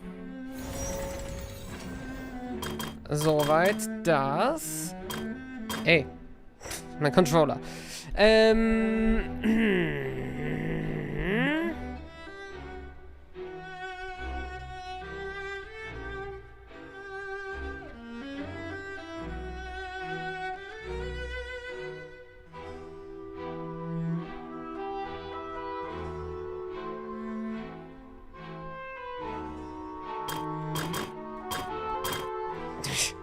Der Controller dreht so durch. Rekonstruktion des Falls. Nach der Untersuchung des Tatorts fand die Gendarmerie keine weiteren Schusswaffen. Daher kamen sie zu der Schlussfolgerung, dass der erste Schuss des Verdächtigen sein Ziel verfehlt und der zweite Jacques getötet haben muss. Diese Schlussfolgerung basiert auf der Annahme, dass sich am Tatort keine dritte Person befand. Doch offenbar gibt es eine Möglichkeit, die Spuren des Mörders auf subtile Art und Weise zu vermischen. Mit dem Wasser. A pile of clothing was found at the scene.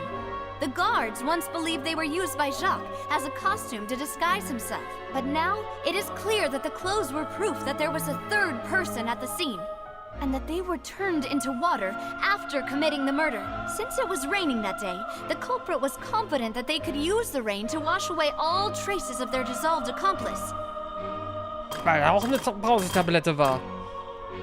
So, ich weiß nicht, ob wir hier jetzt angeben müssen, dass da auch noch die Kleidung gefunden wurde. This assassin first shot Jacques, then turned to shoot Callus, only for Callus to wrestle the gun from him and kill him instead. Realizing this, the true culprit caused the hired assassin to dissolve into water, leading everyone to believe Callus was responsible for Jacques' murder. This is the true version of events.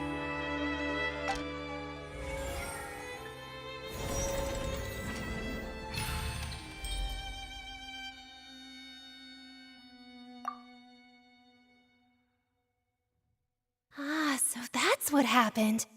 Wait, you're telling me something as dangerous as water from the primordial sea has been used for all these years? What a great theory. It also explains Callus's and Jacques' respective motives. I guess they didn't shoot each other after all. Mr. Marcel, you are the one being charged with the crime. You should provide a rebuttal if you wish to prove your innocence. Ah, but I think I agree with everything Navia just said. In fact, there was nothing in her speech that directly implicated me. Then, may I ask some questions? In my opinion, we primarily need to determine two things. One, do you have the evidence to back up your claims? I'm afraid not. At least not at this very moment. Boo! If you don't have any evidence, you should just go home! I may not have the evidence with me, but I know where I could go to collect it. If we look up the deserted clothes against a record of people who went missing around the same time, we should be able to find a match. Considering the serial disappearances case, the guards probably kept careful records of all missing persons from around that time, regardless of age or gender. That makes sense to me. Monsieur Neuvillette, I would consider this to be a reasonable investigative direction. Why do I feel like Farina's acting a little differently today? Maybe she's scared of embarrassing herself again? Alternatively, she's become more diligent after charging an innocent citizen in the last trial. My second question has to do with the ensuing duel. If the truth is indeed as you described, then why didn't Mr. Callis explain himself in court? If he had testified that a person had been dissolved, he could have at least mounted a defense. I've thought about this too, and the answer is actually pretty simple. He felt there were things that were more important to him. The dissolving power of water from the primordial sea is an important secret for the true culprit of the serial disappearances case. My father could have exposed it for all to see, but he chose to take it to the grave. At that time, Spina di Rosula was in dire straits, and his reputation had already been shattered. He had no guarantee that going forward with the truth would allow the culprit to be brought to justice. What was certain, however, was that it would paint a gigantic target on my back. Boss once told me that Demoiselle had already been selected as the next target of the serial disappearances case. What? If the secret had gotten out, the culprit would have fought an all-out war with Espina right there and then. I wouldn't have been the only one in danger. All of us would have stood to lose our lives. Of course, the guards might eventually figure out the truth of the matter and determine that we were in the right. But what good would that do? How can a hollow verdict protect anyone? Had this opera house ever given my father any kind of confidence in its brand of justice, Spina di Rosula would have had no reason to exist. But by staying silent, we retained the ability to deter our opponents and continue the stalemate. I was able to become Spina di Rosula's president, which made me harder to target, as well as giving me more time to grow and learn. And once I have figured out the truth and stepped up to the challenge, I will do what this opera house cannot, and restore my father's truth and honor back to him. So, you mean to say, your father intended to die in the duelist's ring? That's right. Do you have any proof? Of course. All you need is to ask his opponent, Clarand. I don't need your apology, your guilt, or your support from the shadows. You don't have to do anything for my sake. But since he entrusted his will to you, Clarand, you should tell us the truth about his sacrifice. So, during the duel, did you believe that Callis was intending to die? Yes, I did. As a champion duelist, I've fought many battles and taken a countless number of dishonored lives. In my line of work, I've seen all kinds of people give their all for the faintest hope to continue living.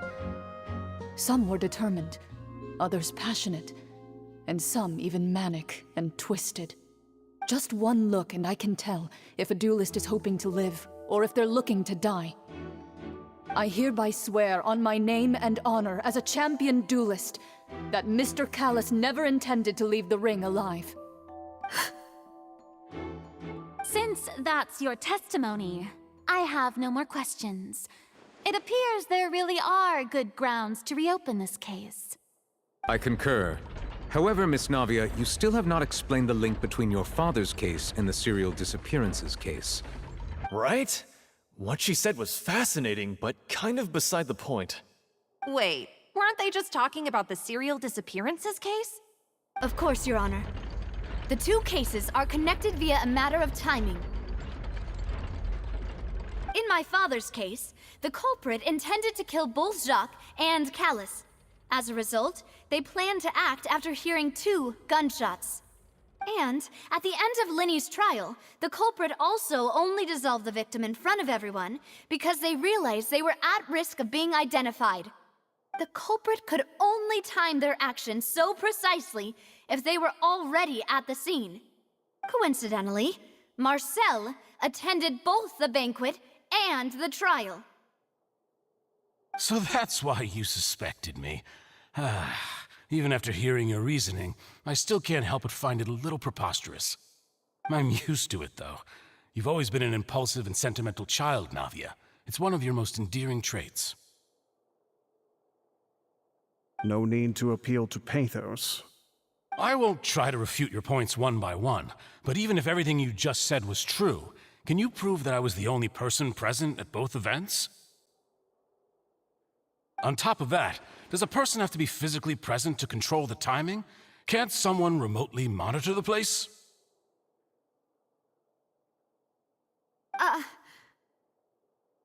Don't know what she can say to that. I know that even with that, you might still think you can reduce the list of suspects with some further investigations until I'm the only one left on the list. Alas, who won't feel at least a little hurt by an accusation of murder from a girl you see as your own daughter? But if I were to dismiss this completely, you'd also think I'm not being considerate of your feelings. Ah well, let Uncle Marcel teach you another lesson. Do you know what the biggest flaw in your reasoning is? I suppose you're gonna tell me anyways. It's timing again. I'm a businessman by trade. From that standpoint, there's no reason for me to kidnap young women. It's a high-risk action with nothing to gain. In addition, I left my home in Snezhnaya when I was young to come to Poisson and work in some trade. My business only thrived when I received Callus's patronage. But the disappearances began before I ever stepped foot in Fontaine. I do apologize, demoiselle. This was my mistake. No, it's not your fault. I'm sure he had come prepared. Is there anything else you'd like to say? Would you like to check the date of my first business license against the first known case of the serial disappearances? You can also take a look at my border entry records, or ask my friends and family when I left Snezhnaya for the first time. Could those records and testimonies do something to appease the unspeakable anguish in your heart? Seems like she got the wrong guy.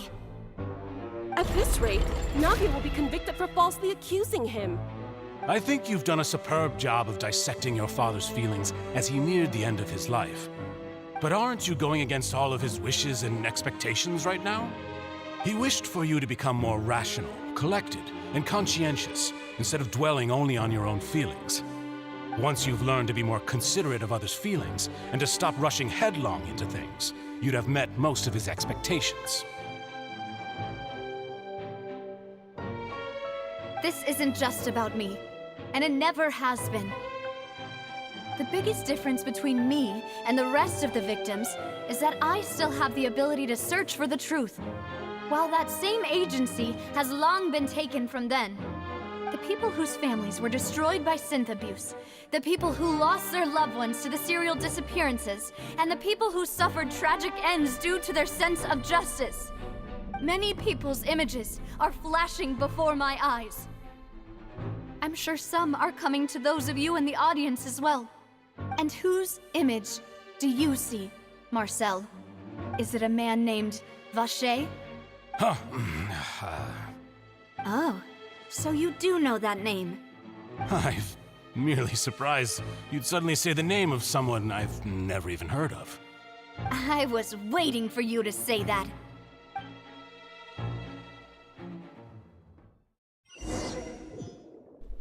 Ja, ich denke mal, wir kommen noch in den Fall rein.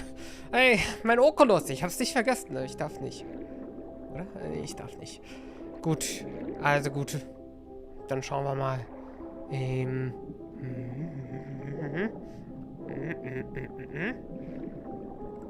Ah, okay. Dann haben wir nur einen Weg, den wir... Keinen Weg, den wir schwimmen können? Die Tür? Achso, wir gehen einfach hoch. Ja, dann so.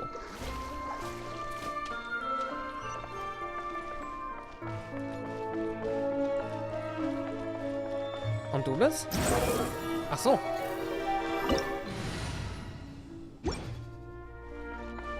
Das habe ich ja schon ewig nicht mehr gesehen. Aber weißt du was? Ja.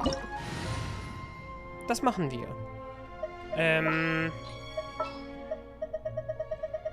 Machen wir doch einfach das Team, was ich gerade normalerweise in der Oberwelt benutze, wenn mein Controller mich lässt. Hör auf, nach links zu gehen. So, ich muss nur finden. Finden. So, und der war da oben. So, so und so.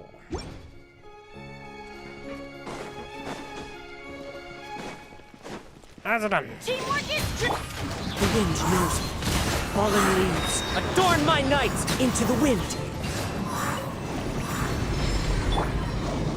Whoa! The floor is going up! Is it because of this mechanism in the middle? That guy really prepared a lot of stuff for this place. Wie baut man sowas eigentlich heimlich? Hat das überhaupt heimlich gebaut? Hey! Hey! Ich wusste nicht, dass das hier zeitlich begrenzt ist. Na los.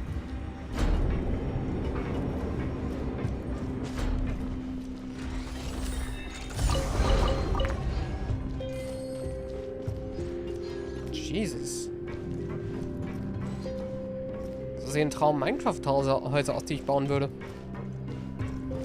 Paimon thinks we need to go up, but Paimon doesn't see a way.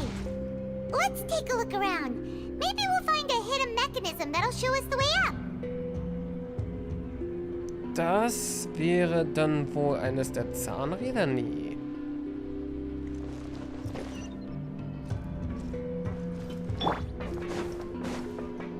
Das hier.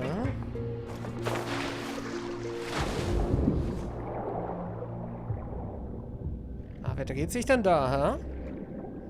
So, wie ist das noch gleich? Genau, so. Nur zweimal dasselbe.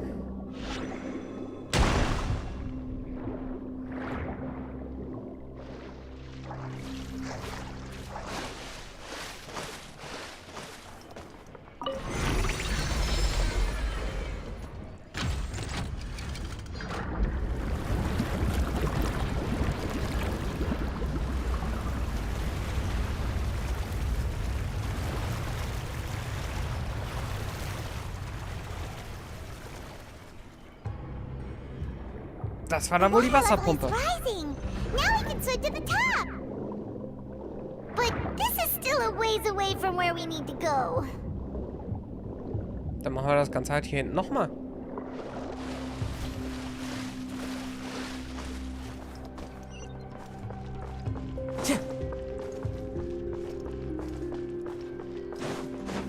Let's get it on! One with nature. Let's get this show on the road.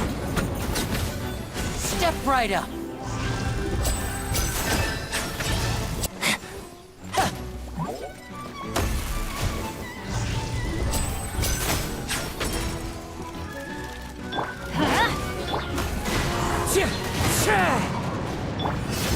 They're dead meat.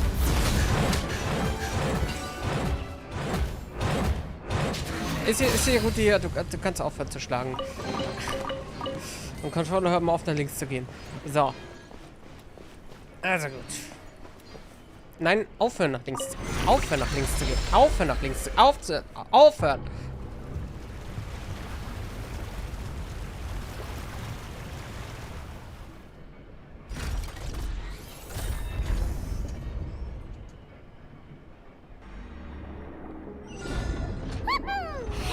Aufhören! Aufhören! Aufhören! Aufhören! Nach links zu gehen. Danke. Also wirklich.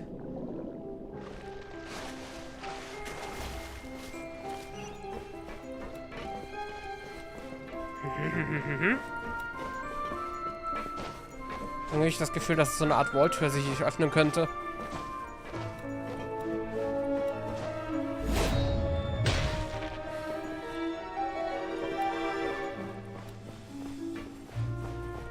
Also, Geschmack für Innendesign hat der Typ ja. Ob es jetzt wirklich Marcel war oder nicht. Aber scheinbar ja schon.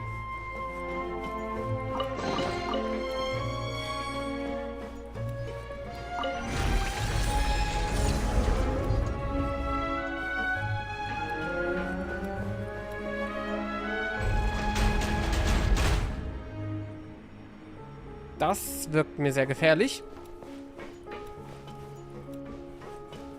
Wer hat eigentlich diese endlose Volt hier runtergebaut?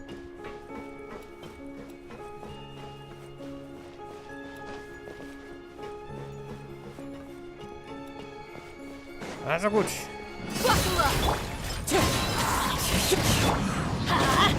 going in! As one with wind and cloud! Into the wind! And voila!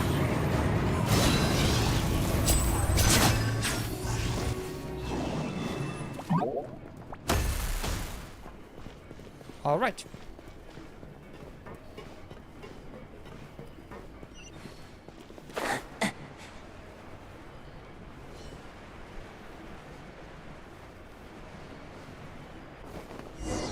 Hey, nicht sterben. After all that, we finally made it to the innermost sanctum. Though, as expected, the mastermind isn't here. Wenn ich raten müsste, wird er wohl gerade Navias Anschuldigungen über sich ergehen lassen. Was stimmt? That's right. Then let's hurry up and find some evidence so we can get back to the Opera House and help Navia. Also gut. Belastende Materialien.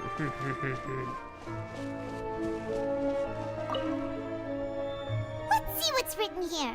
Nothing escapes Detective Paimon's eyes. Tja. Callus. Navia's father.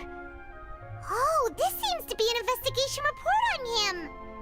Das muss wohl etwas mit seinem Fall von damals zu tun haben. Wenn es der Ermittlungsbericht ist. Nur so eine Vermutung. Yep. It's about finding someone to assassinate Jacques and Callus because of a lack of confidence that Jacques himself would go through with it. Sowas hätte ich vernichtet an seiner Stelle. This should prove the existence of the third person, right? Steht da noch was? We still have not determined the exact content of the key information Callus has passed on to certain members of his organization. The old dog's a real menace to deal with. Even if he abides by the promise he's made to us, he will still have the upper hand. He can act whenever he wants to make our lives miserable. The only option left is to remove him from the picture entirely. I concur. Let's send someone to kill him. He won't declare war as long as we don't touch Navia. Oh, seems like we've got a bunch of correspondence between the higher-ups. Warum existieren die noch, die Briefe? Ziemlich durchtrieben, ja, aber auch ziemlich dumm, sowas aufzuheben. They're all just so evil. Also Knievel, will ich mal sagen. Hinweise zu Callus' Fall, die im Bücherregal gefunden wurden. Das ist sehr wichtig dann im Gericht. Der Drahtzieher glaubte nicht, dass Jax die Tat begehen würde. Also schickte er eine dritte Person, um Callus' Tod sicherzustellen. Auch der folgende Inhalt bestätigt einigermaßen das Motiv des Mörders. Das lief nicht so ganz, aber sie haben es ja trotzdem geschafft.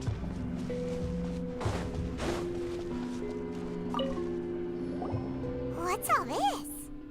Aw, it's a bunch of really cute things. Pink accessories, a hair tie, a necklace, even a makeup box. What do you make of this? Hier steht sogar Namen drauf. Oh, Paimon sees it too, but Why are all these cute things labeled with different girls' names? Genau, das ist ein Überbleibsel der vermissten Opfer. Huh? You mean the girls from the serial disappearances? They were brought here? And then they were turned into water. Kann sein, dass wir gerade durch sie durchgeschwommen sind. Geschwommen. And all the boxes of things. These names. That means... Oh, this is terrible. Soll ich dir noch was erzählen? Weißt du, wie das Wasserlevel stieg? Könnte da noch ein Raum voller Mädchen gewesen sein, die wir jetzt in Brausetabletten verwandelt haben? Gegenstände der Vermissten. Diese Kisten wurden tief im Hauptquartier entdeckt. Genauso tief wie das Bücherregal, aber gut. Und sind mit dem Namen ihres Besitzers versehen. Die Namen hier stehen eindeutig im Zusammenhang mit den Opfern des massenhaften Verschwindens der Mädchen. Dies könnte ein Beweis dafür sein, dass dieser Ort ihre letzte Station war. Da haben die erstmal gebrawlt und dann haben die verloren. Es war einfach ein Deathmatch. Ist schon okay.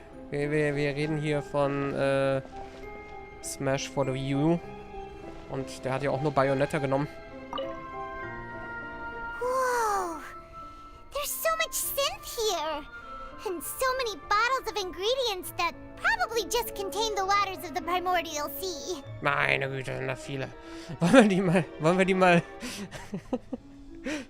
wir die mal durch die Gegend werfen? Oder ins Trinkwasser geben? Mixing in progress. Ready to drink? Stock sample? Huh. They've also got all the synth pretty clearly labeled. Whoa, there's even fruit-flavored synth? Sieht so aus, als würden sie hier Synth herstellen. Yep, it's super obvious. Ich habe bisher Kloßbrühe gegessen. Ein ziemlich weit verbreiteter Trank, der dem Trinker für kurze Zeit ein sehr angenehmes Erlebnis bietet, aber sehr starke Nebenwirkungen hat. Hersteller nutzen diese Eigenschaft, um damit enormen Gewinn zu erzielen.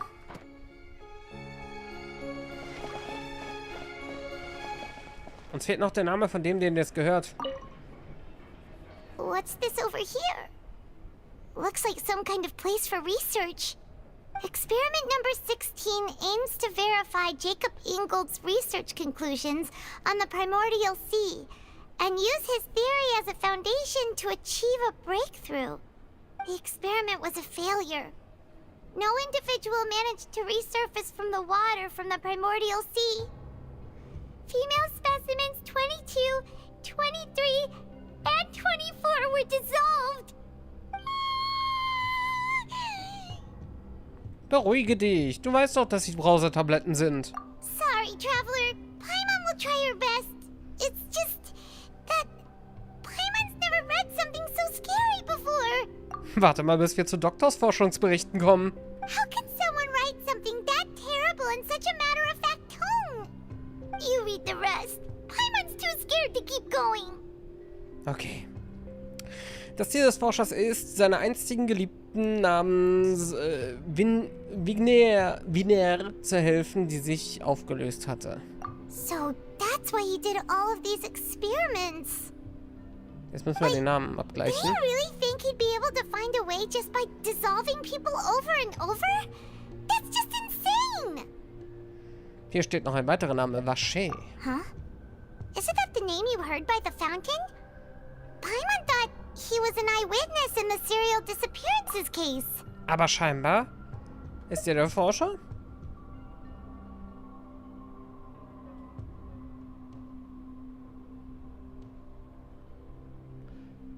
Ja, aber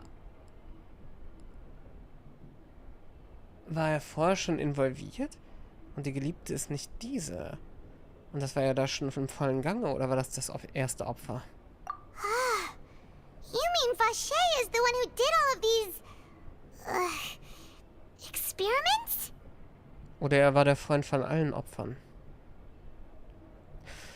Viele der Laborberichte tragen seine Unterschrift. Diese Stimme im Brunnen muss womöglich die von Vinier gewesen sein. Kann natürlich auch sein, aber er hat das Ganze nicht gestartet. Er wurde nur nachher ins Boot geholt. So that's it! Vache was no victim, but personally took his lover and... No, that's not it either! If that's the case, why would he want people to resurface from the water? Da muss noch mehr hinterstecken. In any case, Paimon will write it all down. Experiment Nummer 16 zielt darauf ab, die Schlüsse von aus Jakob Ingolds Studie über das Ohrmeer zu nutzen. Das ist das, was wir gelesen haben. Paimon hat wirklich beim letzten Satz aufgehört. Hör auf, nach links zu laufen. Danke. Woher bekommt man dieses Wasser denn? Aus diesem Teich? Look! There's an important looking basin over here, and it's full of water. Das wird wohl das Wasser des Urmeers sein, aber nur an dieser Stelle, aus mehreren Stellen, zufällig hier gefunden oder warum existiert es überhaupt? That means this is where they make all the synth, and that special water is the main ingredient.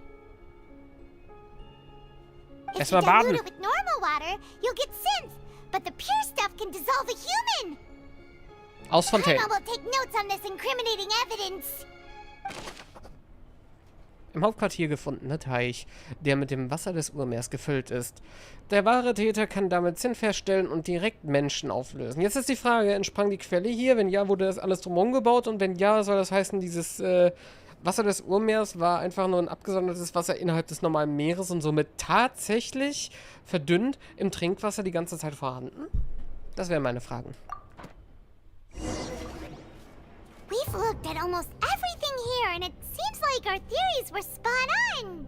But Wer ist Vacher? yeah, we haven't found anything that reveals his true identity. Der Kuhhirte. Oder wasche deine Sünden rein oder so. No wonder even Neuvillette wasn't able to find anything.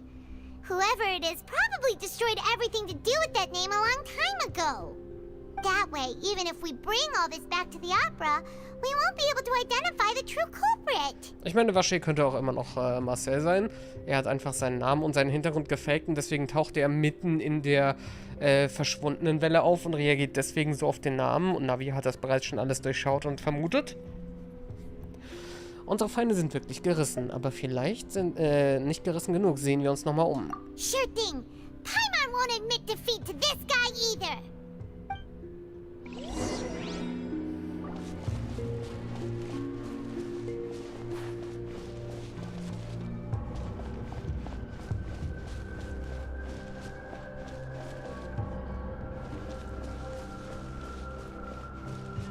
Ich meine, ich kann mir alle nochmal dasselbe ansehen.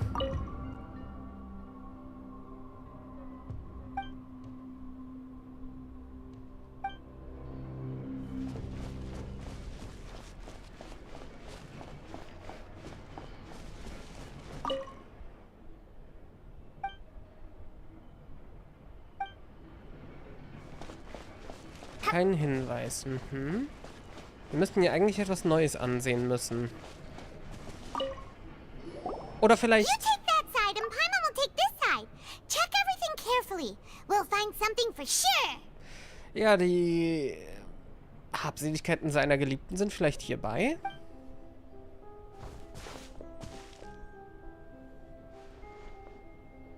Nothing at all. And Paimon can't even find snacks either. Du bist einer. Paimon, ich habe hier etwas. Whoa, really? Let Paimon see. Habe ich schon vor einer Stunde gefunden, aber es war so lustig, dich verzweifeln zu sehen. Vinier. Isn't that Vacher's lover's name? Scheinbar. Then you found her diary. Let's see. Aw, it's just a normal diary chronicling their love story. She was so sweet, too. Oh, Paimon feels even worse for her now. Schau mal diese Seite an. Sie hat sich Gedanken um einen Kindernamen gemacht. Etwa Marcel? Ja, ich erkenne sofort, was das ist. So many! A whole page's worth! But they're all crossed out. Was she unhappy with all of them? The final name she decided on was Marcel. Aha. Wait, but Marcel's pretty old. Has this case been going on for so long that he's Vacher and Vinier's grown son? Nee, er ist Vacher. Lass uns gehen. Hey! Paimon still still hasn't figured it out yet. Geh nicht von dem Schlauch runter, wenn da Wasser des Urmeers drin ist, sonst wirst du wieder Leute auflösen. Ein Notizbuch, in dem das einem Mädchen namens Vinière gehörte. Darin sind viele Geschichten von ihr und ihrem geliebten Vacher aufgezeichnet. Auf einer Seite stehen mehrere Namen, die sich für ihr zukünftiges Kind ausgedacht wurden. Und am Ende scheint sie sich für den Namen Marcel entschieden zu haben. Langweilerin.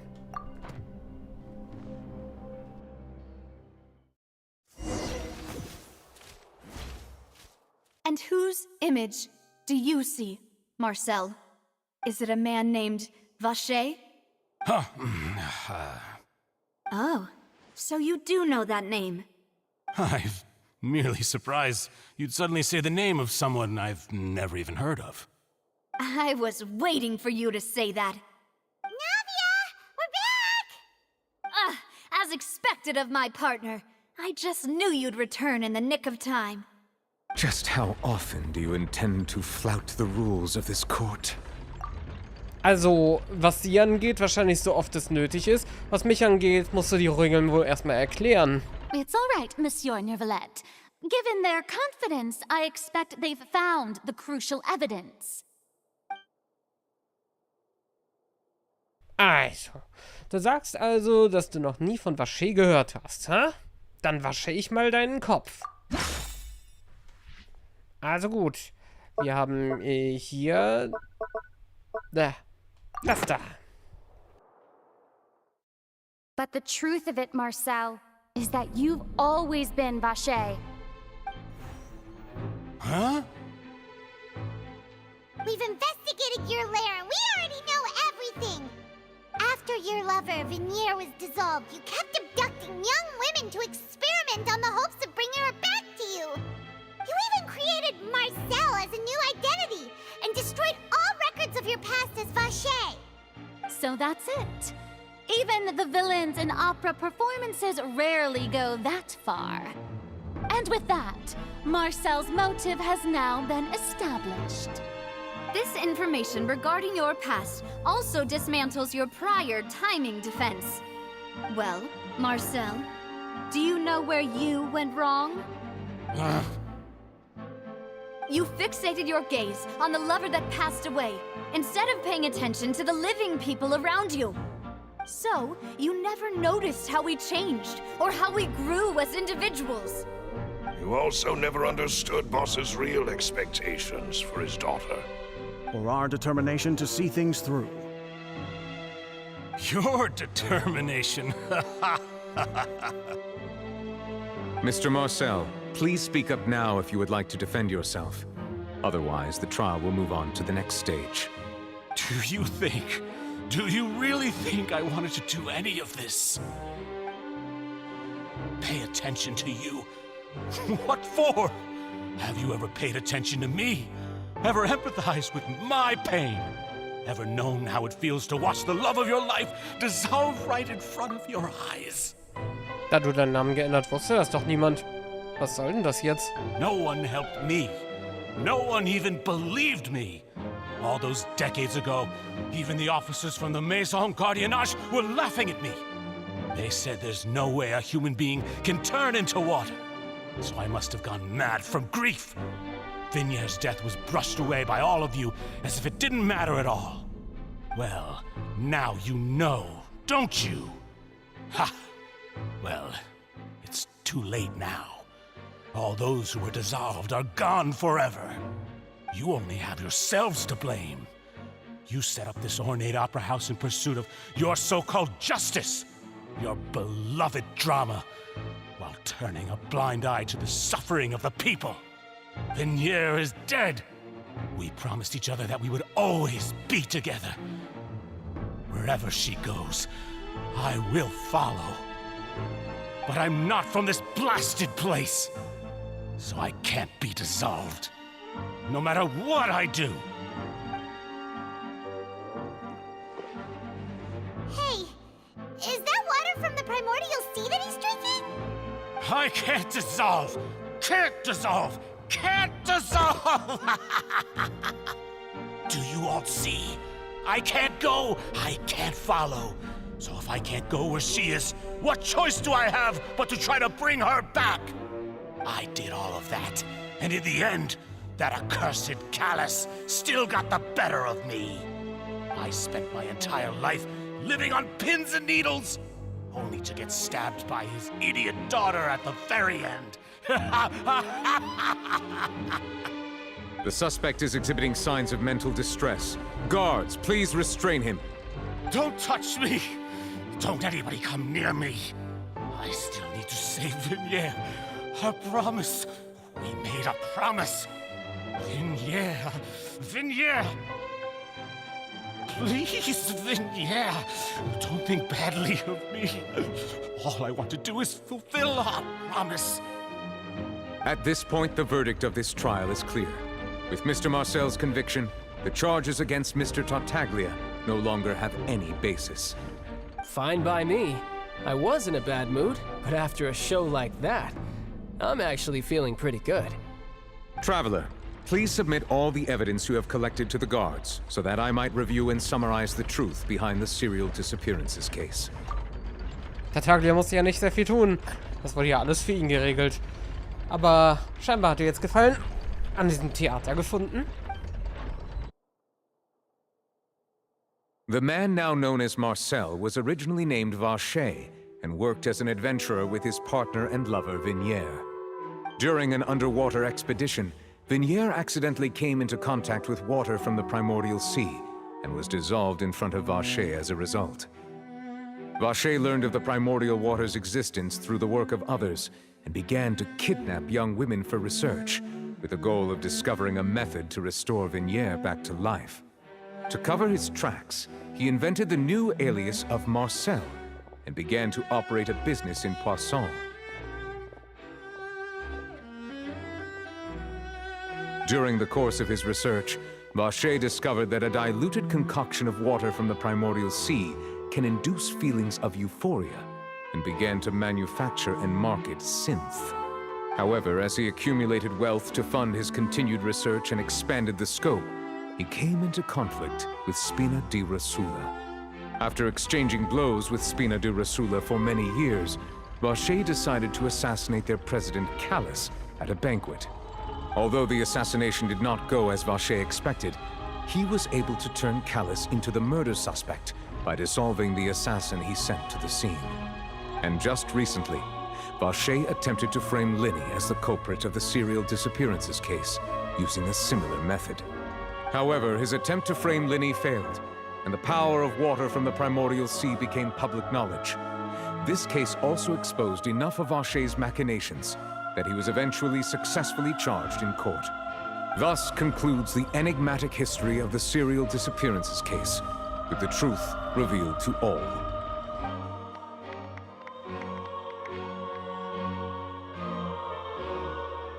The oratrice will now deliver the final verdict regarding the charges against Mr. Vacher.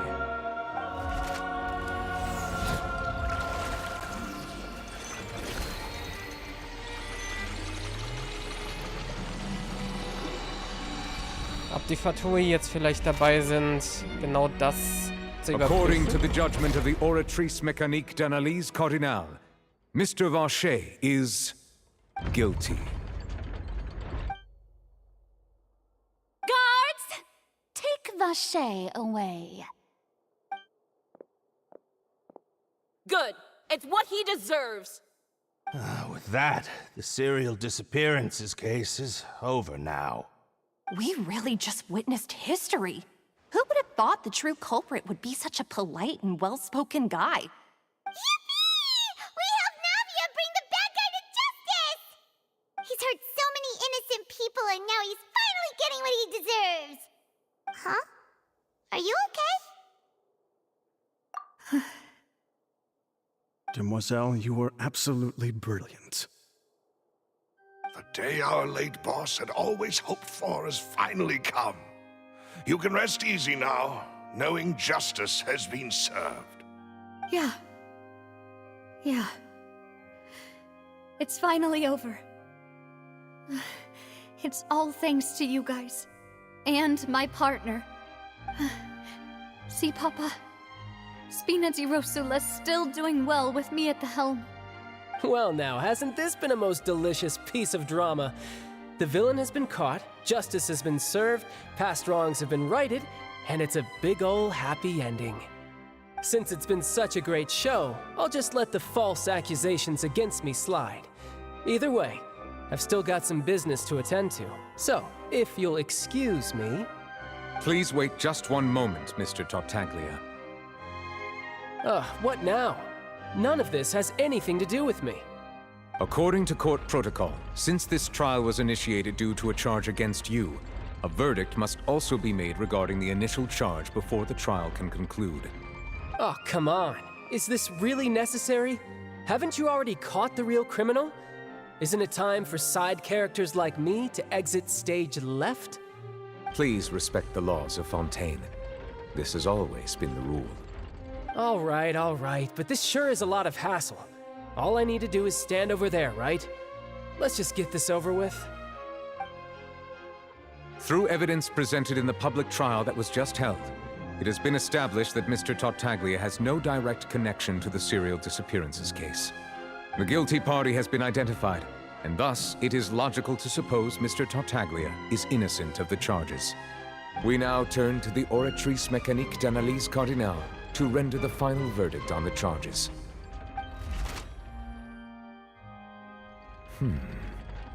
According to the judgment of the Oratrice Mécanique d'Analyse Cardinale, Mr. Tartaglia is guilty. What? Hey! That's not funny! Didn't you just say I'm supposed to be innocent? What's with this verdict? Is your justice machine malfunctioning? Huh?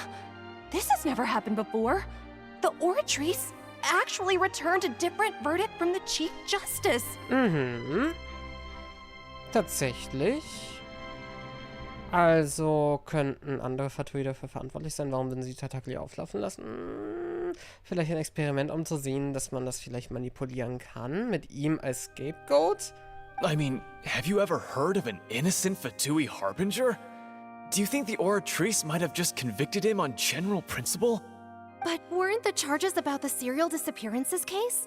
No matter what else he's guilty of, it shouldn't affect the verdict in this case, right? Wurde für schuldig befunden. Warum? The judgment of the Oratrice Mécanique d'Analyse Cardinale is, by law, the final verdict of the court. We must accept the guilty verdict. Guards, please take the suspect into custody per court protocol.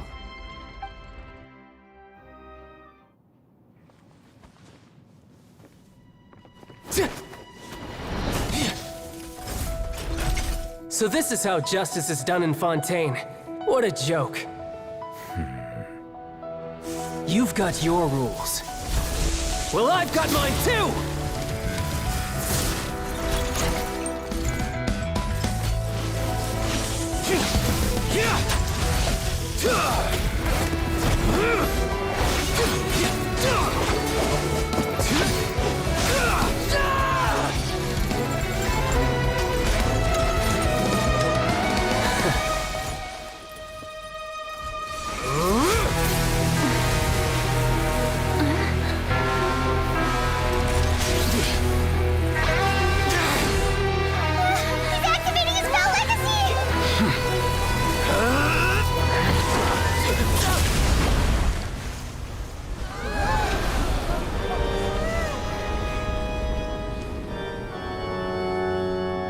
I am sorry.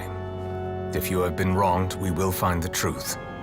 But the rules of the court must be upheld.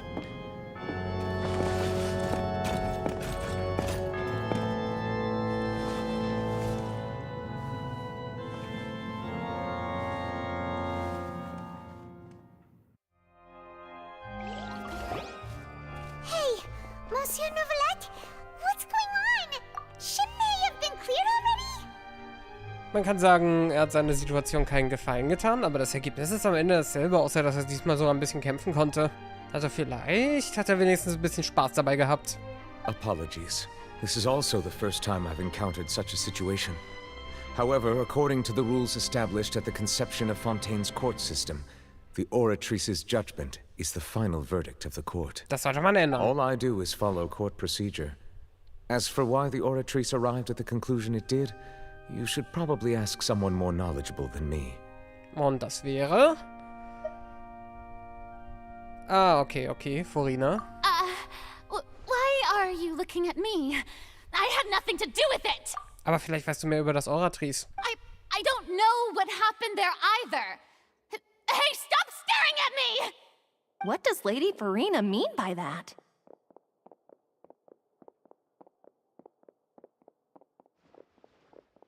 She says she has no idea either, but that's impossible. Didn't she create the Oratrice herself? Vielleicht war das der vorige Hydro-Archon? Yeah, so are the verdicts reliable or not? Can results like this really be called justice?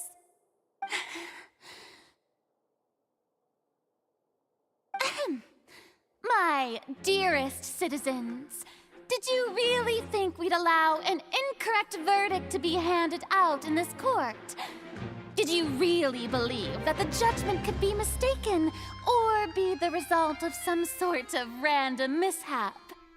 Don't tell me you thought even I had been blindsided by the Oratrice's result. But the way she looked just now, it was pretty obvious she had no idea what was going on. However, given the state of things, I shall give you an explanation. Everything that just took place, including my supposed shock and bafflement, was a part of an elaborate performance, with every action meant to stir up drama and excitement. And, of course, for every performance, there is a script. Everything has unfolded exactly as I expected from the very beginning. As the embodiment of the very concept of justice, the Oratrice shall never render an arbitrary judgment!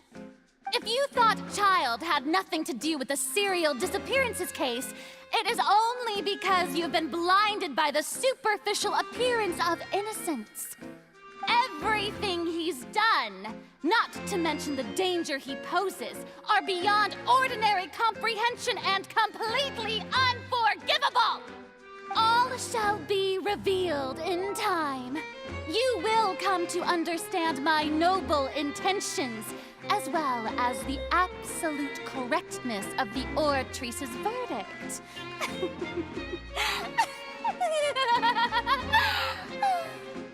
Now, having said that, although I hate to leave things hanging in suspense, it is now time for this performance to end.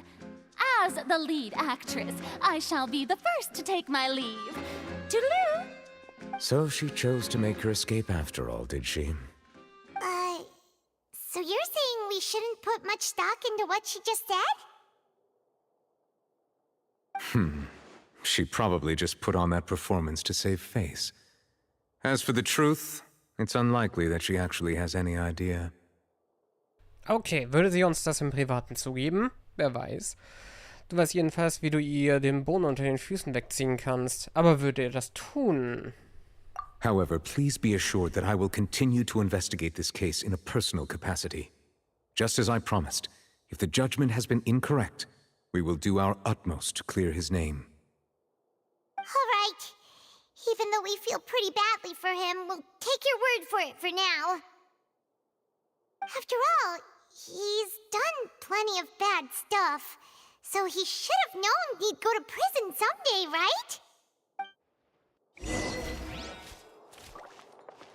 Ja, nicht nach links gehen. So.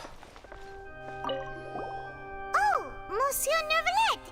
That power you showed when you took him down. Who are you really? I'm the Chief Justice of Fontaine, of course. If officers of the law lack the strength and capability to enforce it, then it makes a mockery of justice.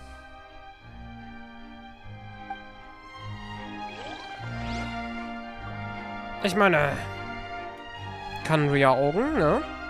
Es könnten aber auch Drachenaugen sein. Man weiß es noch nicht.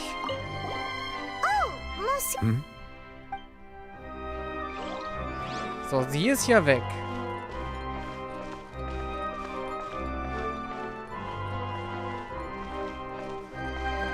Wie kann man überhaupt jemals sehen, wie sie aussieht da oben? Nun gut. Dann wird es auch Zeit für uns, den Saal zu verlassen. Navi hat bestimmt noch ein bisschen aufzuarbeiten in der Zwischenzeit.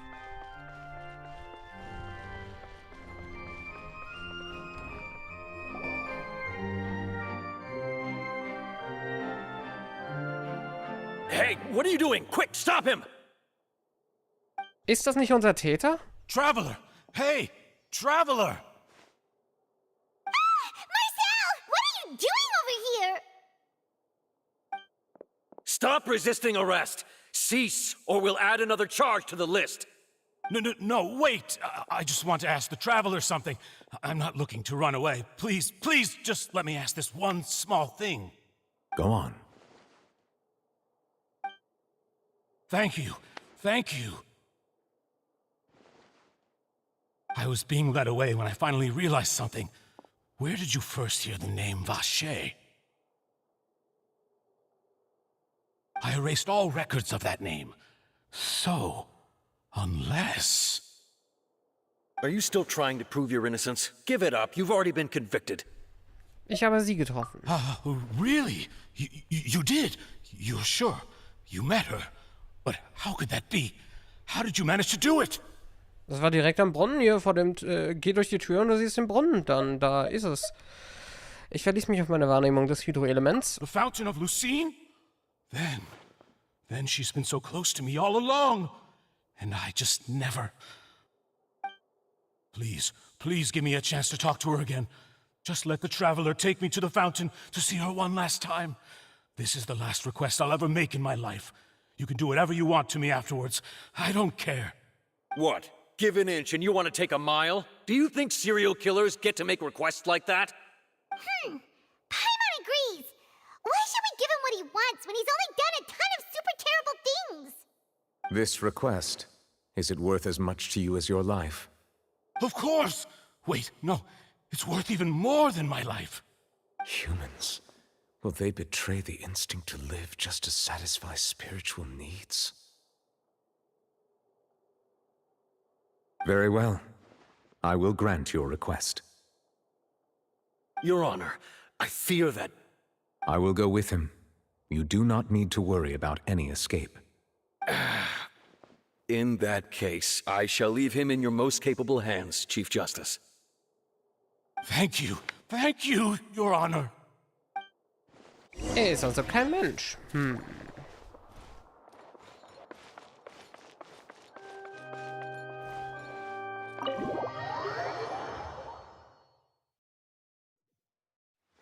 Search for it.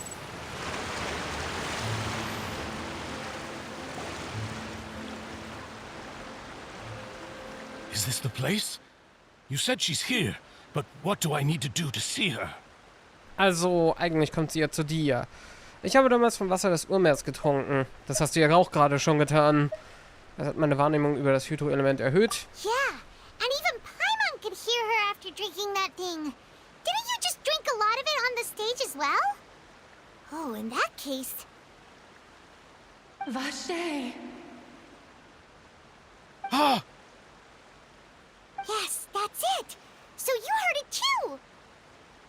Vignier, it's me! It's me, Vacher! Vacher? Vacher? I'm here! Where are you, Vignier? I'm coming for you. I'm finally here for you. Hey, wait! Be careful! Hey, wait! Vignier, is that you? It's me, Vacher! Vignier! Vacher? Why did you come? Didn't I say? You don't need to look for me. You look a lot older than I remember. How long has it been? It's been more than 20 years. I've suffered for over 20 years since the day you left. All this time, only the thought of bringing you back has kept me alive. Nothing else mattered to me. I must be dreaming. Who would have thought I'd get the chance to tell you all of my feelings like this? Vignier, you are my everything. I really don't know how I could live without you. But Vacher, if you ask me, this world would be better off without you. What are you saying? If not for you, I would have finished my law degree and probably become a top-tier attorney one day. If not for you, I would have continued to pursue my love of the arts, and my works would have been displayed in the Palais Mermonia itself. If not for you, I would at least have been able to take care of my mother. And she would not have grown old and died alone, with nothing but the tears on her cheeks. Ich weiß, was sie macht. Sie will dafür sorgen, dass er nicht mehr nach ihr sucht, dass er jetzt wütend auf sie ist. Oder vielleicht das selber so sieht. It's all because of your selfishness, Vacher. It's all because of you. You... Wait, you are not Vignier. Who are you? You're right. I am not Vignier. I am the sacrifices. Oh, oder so. Every woman who died by your hand, as our bodies dissolved, our consciousnesses flowed back to the primordial sea.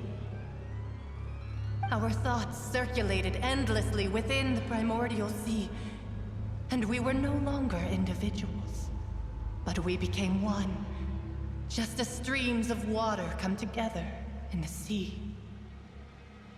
I'm Cressy. I'm Lemony. I'm Azine. The only one I am not is Vignier. Why? But then, where is Vignier? She doesn't want to see you anymore. Every tendril of her consciousness is avoiding you. This is what you get for your selfishness. Your selfishness robbed us of our lives and our futures. You said time and time again that you'd do any and everything for her. But did you ever consider whether she'd want to see you do the things that you did? If she would despise you for what you became?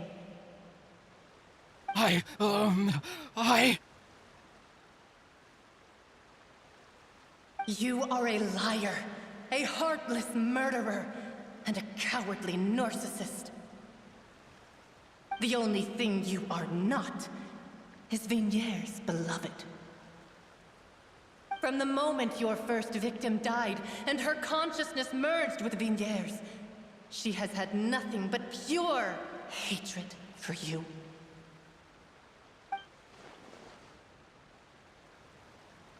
Mhm. Das könnte sein. No! Yeah! She can't hate me. Let me see her. Please! Have mercy! Wir wurden benutzt. You still don't understand. When I said don't look for me, that came from the real Vignier. She really doesn't want to see you anymore. But on top of that, she also said that because it's her final drop of pity for you. She said that because she knew that if you did come here, we will show no mercy to you. Vacher. Vacher? Vacher. Vacher. Vacher. Vacher. Drown.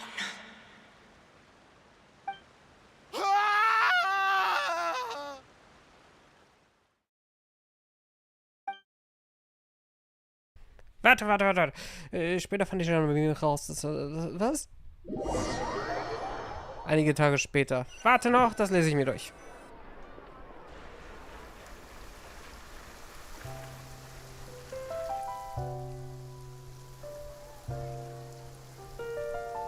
Finally, we have some time to do shopping. Gosh, it's really been a long time since we've been able to relax. Dass Marcel, der für das massenhafte Verschwinden der Mädchen verantwortlich war, seine Seele verloren zu haben schien. Letzten Endes stellten die Ärzte jedoch fest, dass er an einem großen Schock gestorben war. Ah, Ja Mensch. Gut. Justice has been served. Also gut. Da hinten, da ist sie wieder. Aber nee, das ist ein anderes Modell, das ist sie nicht. Okay. Man läuft sich die Füße platt. Ja, das ist die größte Stadt bis jetzt. Ah, well met, partner. I knew something great was going to happen when I woke up in such a good mood today. Even this weather can't put a damper on the demoiselle's mood. It's a pleasure to see you both again.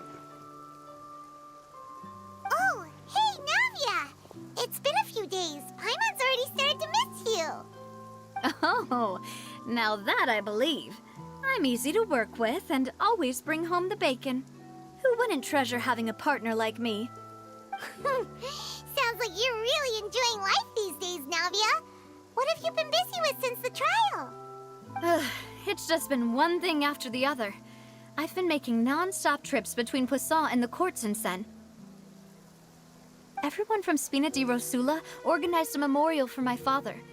We never held a memorial when he first died, since everyone knew that even if we held one back then, no one was going to come. This time, though, everyone in Poisson, and even many people from the court, all attended. So his name's definitely been cleared now. That's what we like to hear. Der Name wurde reingewaschet. It's been the dearest wish of Demoiselle all along. That blasted stubborn fool. I was right to put my faith in him. I'm so glad I didn't give up on the case all those years ago. Alles hat ein glückliches Ende gefunden. Nur tausende Mädchen tot und er, der Täter selbst. Oh, by the way, I ran into Charlotte just after I left the memorial service.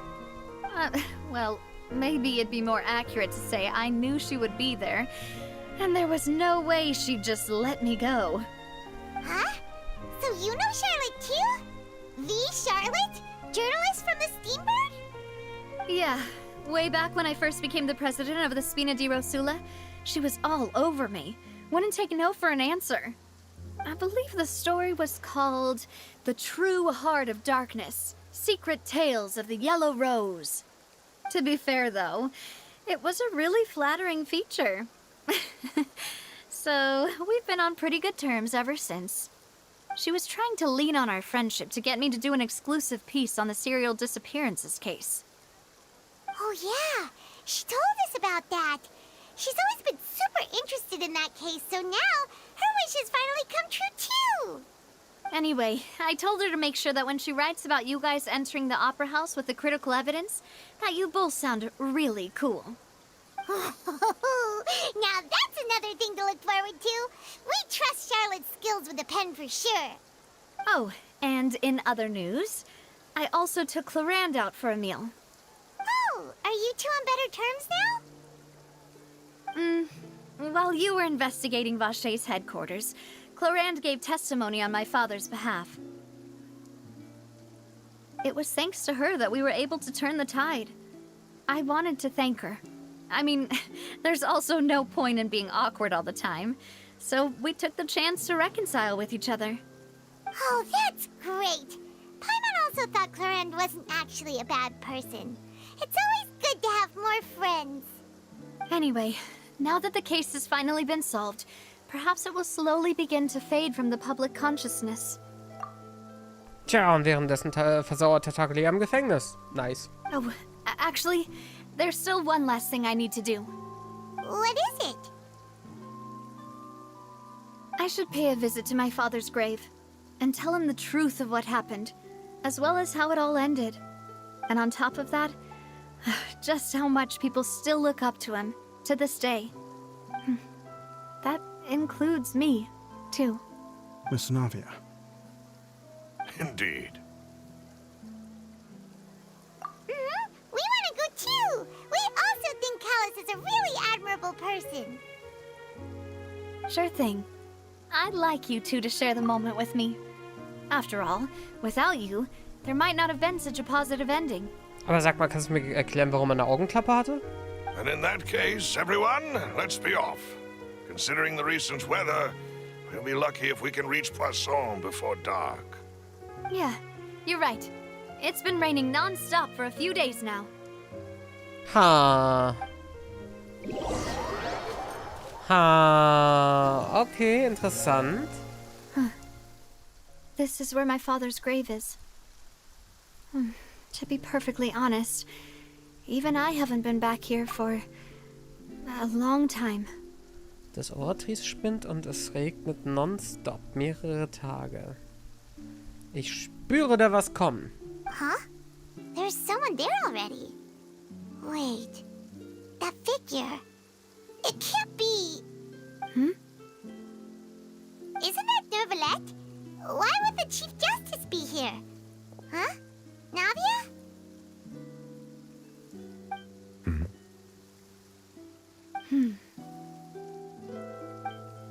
My apologies. I should have asked before coming to pay my respects. Don't say that. Sorry about that. Oh, I was trying to say there's no need for you to apologize. I wanted to show my father how much I've grown, but still, I doubt I've grown to the point that even the Chief Justice would feel compelled to apologize to me over and over. In that case, I will stop apologizing for now. You really could use some pointers on understanding human emotions, Monsieur Neuvillette.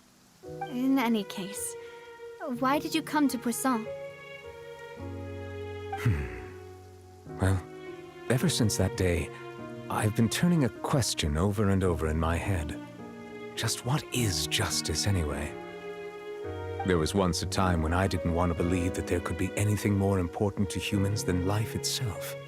Oh, rather than that, it's probably more truthful to say I didn't believe humans were capable of resisting the most basic instinct of living things. That they could rebel against their own nature, or consider certain things to be more important than their own lives. Which is also why I didn't stop your father from beginning that fateful duel. I believed that a truly innocent man would never throw away his life like that. That there was nothing, should have been nothing more important than one's own continued survival. But Mr. Callis proved me utterly and decisively wrong. If not for his sacrifice, the serial disappearances case would have remained unsolved to this day. Mr. Callis made the choice he did for his daughter, for his associates, and for many people completely unrelated to him. And in the end, from a certain perspective, one could say that he did it all for the sake of justice. A justice that's higher than life itself. So, you asked me why I came here. I just wanted to say my apologies to Mr. Callis in person. I should have noticed all of this much sooner. This regret has filled me with a sadness that has haunted me for days. That high and mighty chair in the opera Epiclese indeed insulates one from many important things. Spina di Rosula, thank you so much for your hard work and perseverance. I'm sorry for being mad at you before. So, you're actually one of those types that's cold on the outside, but pretty thoughtful on the inside, huh? That reminds me of Silver, one of my guys. Sorry about that. Self-expression is not one of my strong suits. Didn't I just say you don't need to apologize? Ah, so Navia and Neuvillette seem to have made their peace as well. Let's not disturb them for now. We can wait till after they're done.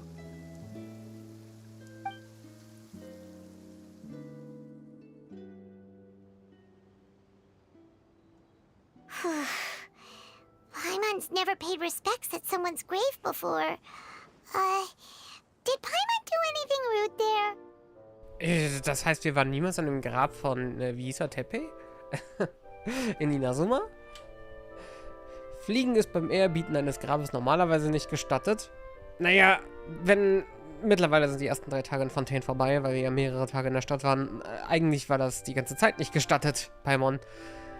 Aber sie ist ja ein Objekt. Ein Flugobjekt. Von daher lassen wir das mal leiden. Paimon didn't know that was a thing. But Paimon doesn't know what she would do if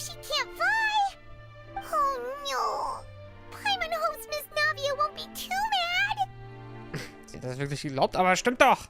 Kein Mensch fliegt an einem Grab. Anyway, Neuvillette is still standing around there. It's not often that we can catch him alone like this, so why don't we go talk to him for a bit? If we can't talk to Lady Farina, we can at least talk to him, right? Warum können wir nicht mit ihr reden? Ich meine, gut, da wäre immer noch die Masse an Leuten, die mit ihr reden wollen und dass wir uns wahrscheinlich hinten anstellen müssten.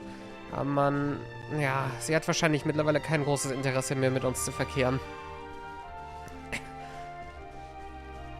Vielleicht sogar regelrecht Angst. Oh, it's you two. Did Miss Navia invite you to come pay your respects to her father? We ran into Navia on the streets today, so we just followed her here. I see. Then is there something that I can help you with? Well, it's pretty hard to run into you like this since you're usually super busy. So we figured we could try to ask you a few questions, if that's okay. Please feel free. Though outsiders, you helped us solve one of the greatest mysteries in Fontaine, and it would be my pleasure to return the favor. Das sieht aus wie ein Wallpaper. Über das Wasser des Urmeers. Ich glaube, er weiß mehr darüber. So, at court, the bad guys referred to that special water as water from the primordial sea, but what is it really?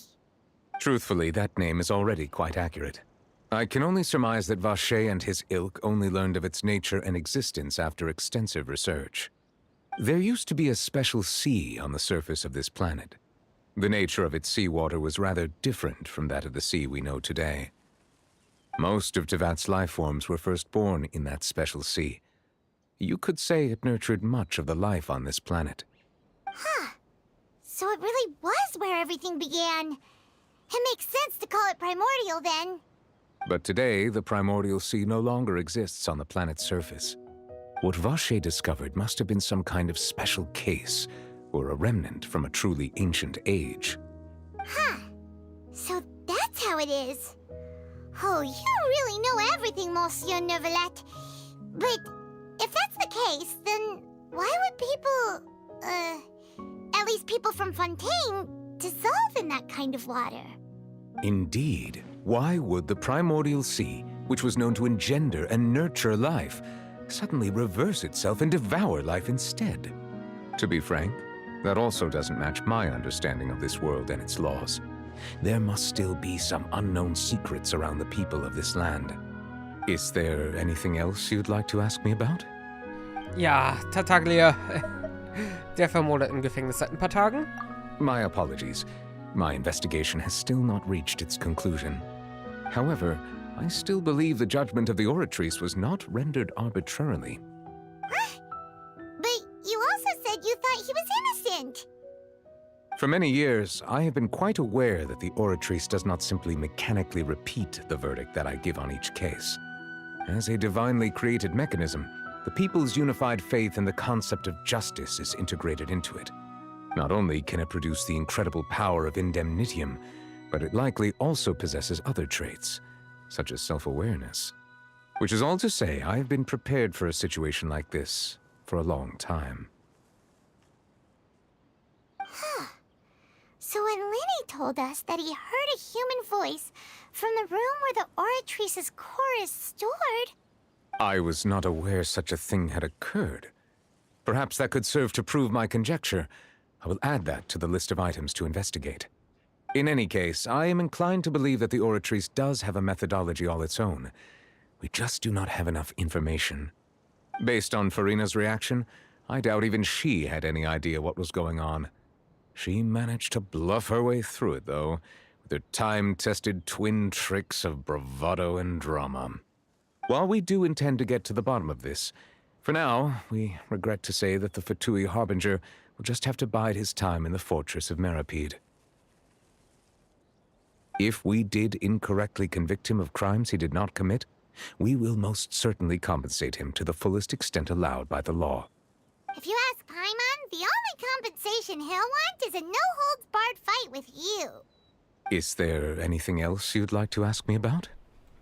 Also, es gäbe Schlimmeres, als er versauert im Gefängnis, aber eine Frage habe ich. Diplomatische Beziehungen mit Snezhnaya? Könnte da was kommen, wenn man bedenkt, wie willkürlich das Ganze geregelt wurde? Könnte vielleicht auch noch ein aufgegriffener Punkt werden, den sie benutzen können, um sich vielleicht in staatliche Angelegenheiten einzumischen und ihren Move gegen die Gnosis zu machen? Was nicht ausschließt, dass sie letztlich dann das Ganze provoziert haben könnten, mit ihnen als Scapegoat. Warum sollten sie das machen? Ja, aber wenn ich an die ganze Liyue-Geschichte denke, gut, das war Signora, aber ich halte Alecchino jetzt nicht für weniger intrigant. Signora hat ihn auch, spezifisch Tartaglia auch, ganz schön auflaufen lassen. Also, da könnte was dahinter stecken. Fragt sich nur, warum ihr eigener Mann Linné dann ebenfalls nichts darüber wusste. Oder vielleicht doch?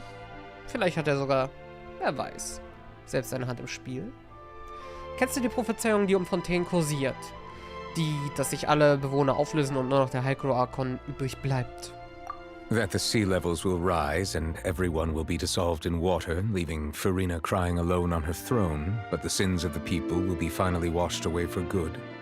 Does that appropriately summarize the version you've heard? That's right! It was Linny that told us back then. And that about covers all the main points. Yes, up to the present, I think we reached a point where we have no choice but to confront this prophecy directly. Rumors have it that this prophecy is rooted in the last words the former Hydro Archon left to the world before she passed away. A prophecy? Of the former Hydro Archon? Wow. This is the first time that we've ever heard of it.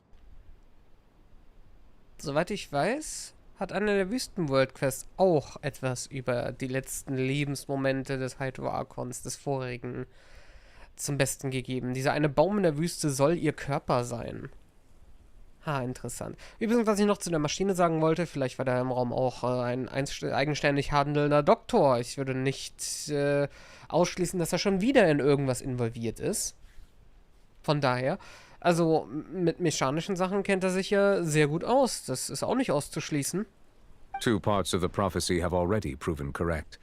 The rising sea levels and the ability of the people of Fontaine to be dissolved. We should be more vigilant and stay on the watch for further signs. Speaking of the prophecy, Farina has also always taken it quite seriously. Indeed, she has been collecting information and intelligence from across Tevat for this purpose. If the rumors were true, then perhaps this prophecy is the conundrum left to Farina by her predecessor. But with Farina being the way she is, can we really trust her to solve it? Is there anything else you'd like to ask me about? Kein Kommentar. Okay. Hast du meinen Bruder gesehen? Ich sollte übrigens erklären, ich habe einen Bruder. Your sibling? Another blonde-haired traveler? I'm sorry, but I've never seen anyone who matches that description. Nicht mal irgendeinen blondenden Abenteurer oder Reisenden? Niemanden? Ever? Das glaube ich ihm ehrlich gesagt nicht.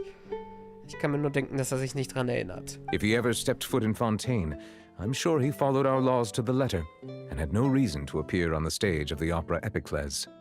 Is there anything else you'd like to ask me about?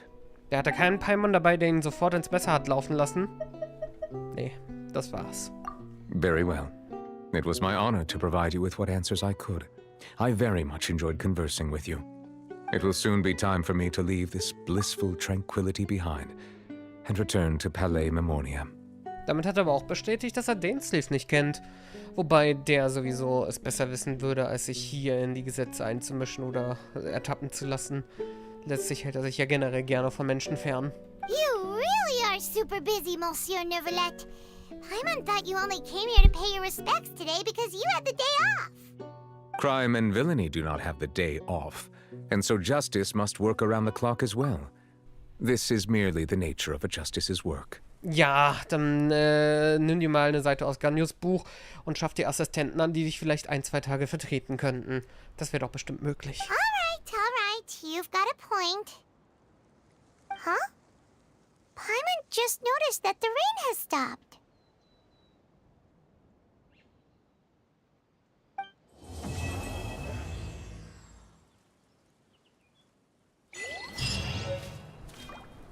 Nun, vielleicht gab es eine Weile keinen Gerichtsprozess. Vorstellung beim Dampfvogel, Abenteuer aus der Ferne, sprich mit Alter, Controller! Controller! Controller, danke, bitte. Man weiß nicht, wer der wahre Controller des Controllers ist, er selbst oder ich. Und das wird man auch nicht herausfinden. So. Ich habe, wenn ich streame, in nächster Zeit keine längeren Streams vor. Was bedeutet, ich habe nichts dagegen, persönlich, gleich Schluss zu machen. Aber ich würde sagen, wir machen diese 1 Stunde noch voll. Ich hoffe, mir ist niemand böse, dass das ein bisschen kürzer wird. Wir sind so gut dabei in meinen Statistiken. Und,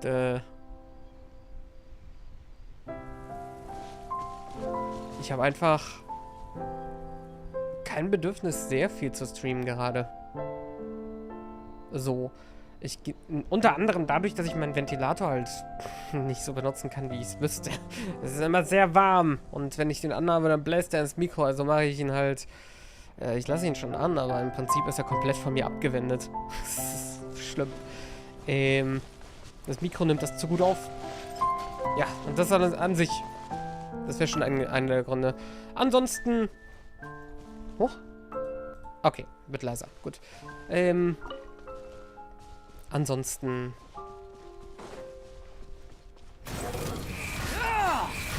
denke ich mal, dass ich nächste Woche vielleicht mal 2 Streams in der Woche wieder bekomme. Aber das ist nicht das Größte.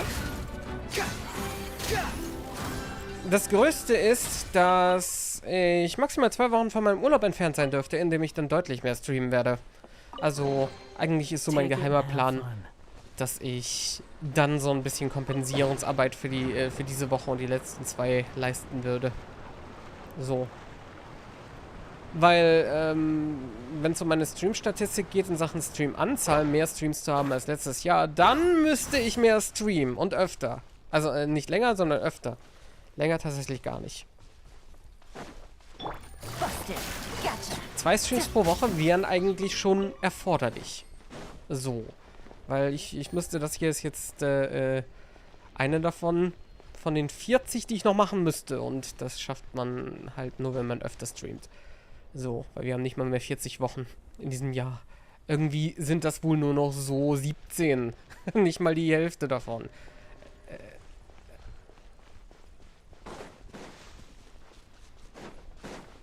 Also, ja klar. Irgendwie habe ich dieses Ding übersehen. Oder diese Dinge.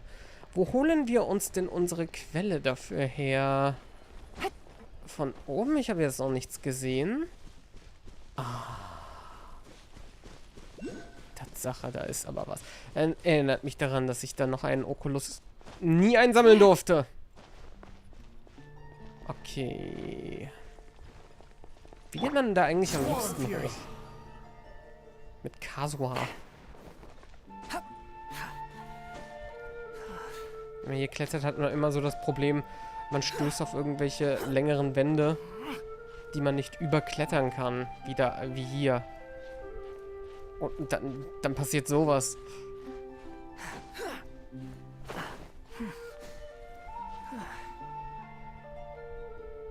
Ja. Das ist derselbe, an dem ich schon mal on-stream gescheitert bin. Ja, ist er. Okay. Kein großes Problem. Ich nehme an, dieser Turm wird in der nächsten Kartenerweiterung sein. Man kann... Controller, danke. Man kann sich das natürlich schon ansehen, aber habe ich natürlich nie. Na, noch irgendwas? Fontainelle-Erkundung? Ja, da ist doch was. There's no such thing as pure freedom in this world. Even the wind cannot blow on. Behold! Apropos der Wind. So. Da ist noch das hier. Und das war das letzte.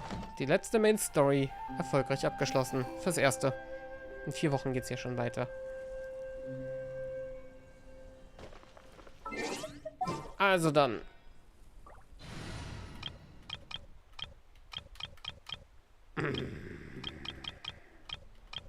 Wo ist denn da? Dann sind wir jetzt auf diesem Team. So. Lass mich da irgendwie hoch. Ist nur ein Versuch.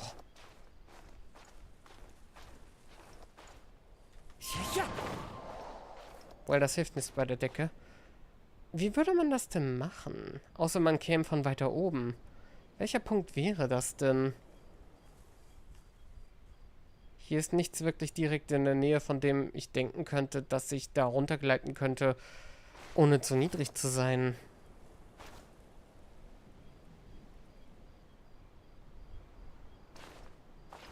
Inklusive der Bahn, wenn sie da drüber fahren würde. Das wäre immer noch zu niedrig.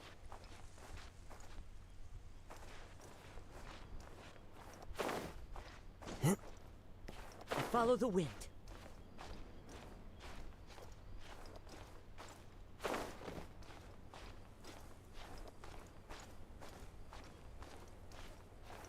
Wenn man jetzt hier drauf stehen könnte, das würde schon helfen. Das geht auch nicht hoch genug. Jetzt scheitert es schon an der Ausdauer. Ey, mein Controller will absichtlich von alleine klettern. Was bin ich jetzt sehend?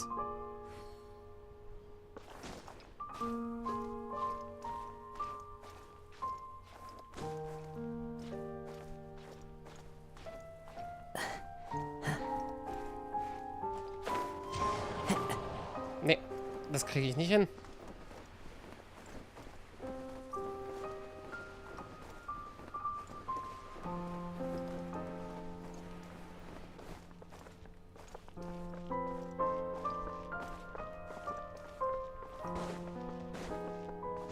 Eine andere Sache fiel mir noch ein, aber kümmern wir uns erstmal um die Truhe.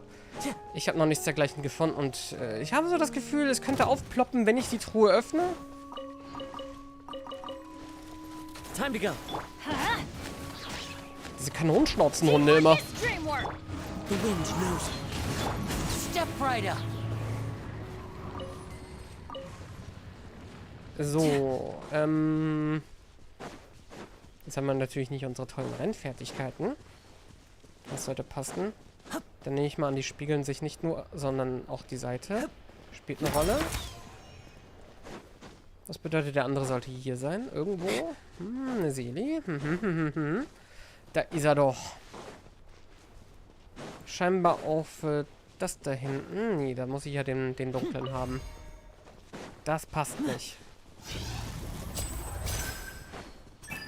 Ha. Nee. Hat nicht geklappt.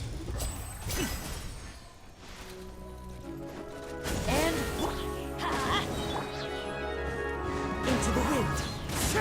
Clouds high. The birds call. A fateful offering. Da ist nichts aufgeploppt. Schade. Ah, doch. Okay. Ja, genau sowas meinte ich. Gut. Das Rätsel wurde gelöst. Ein weiteres Dilemma ist, dass ich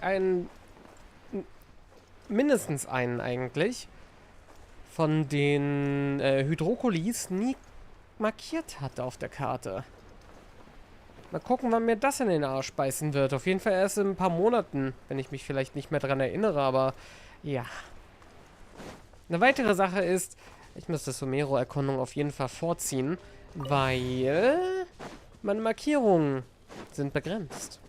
Und obgleich ich sie höchstwahrscheinlich in Somero größtenteils löschen könnte, ist das noch nicht ganz sicher.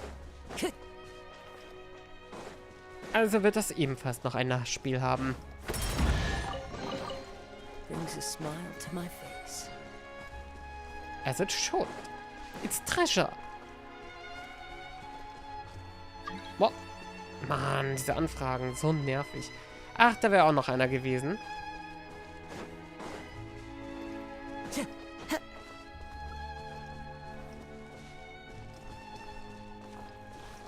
Und Celestia.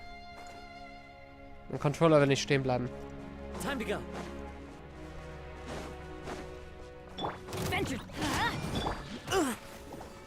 The wind knows. Ich kann vielleicht schneller angreifen, wenn mein Controller nicht die ganze Zeit nach links gehen will. Arg. Let's get it on.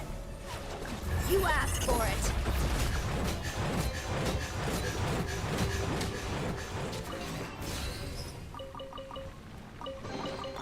I call dibs. Okay. Dann der. Wir haben hier eine kleine Line, was wir noch machen können. Sehr schön. Okay.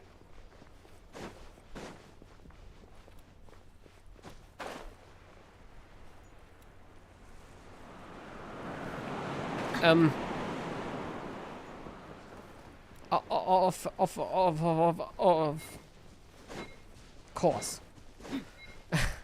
Offenbar wollte ich sagen. Offenbar bin ich kurz auf dem Boden, genau in dem Moment, als ich in Reichweite war. Und konnte deswegen nicht losfliegen.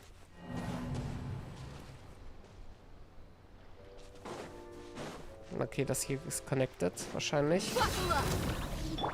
Hör auf, nach links zu gehen! Into the wind. Now disappear. A round of applause.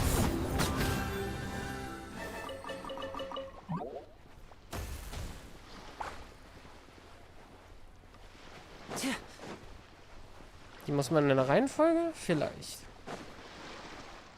The wind knows me.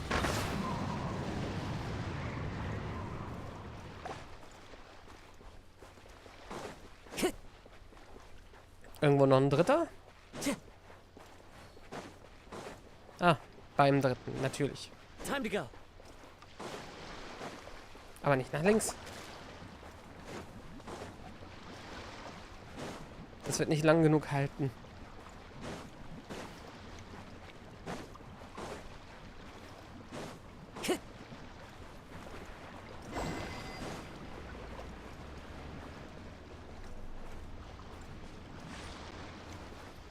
Da ist es fertig. Okay.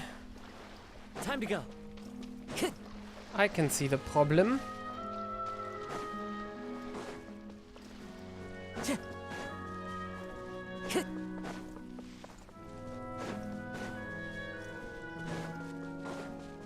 Das ist nicht die Challenge, die ich eben hatte. One with nature. Everybody stand! Everybody stand.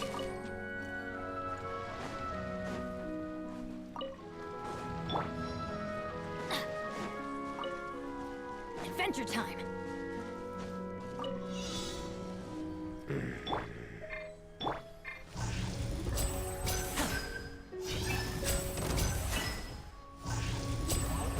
So, was greift mich denn an?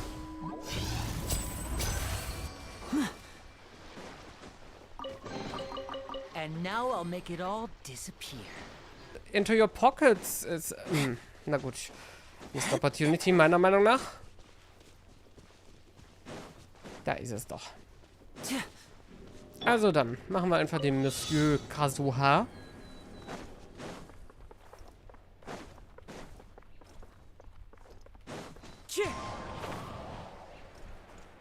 Dann kriegen wir auf jeden Fall unsere Boostings.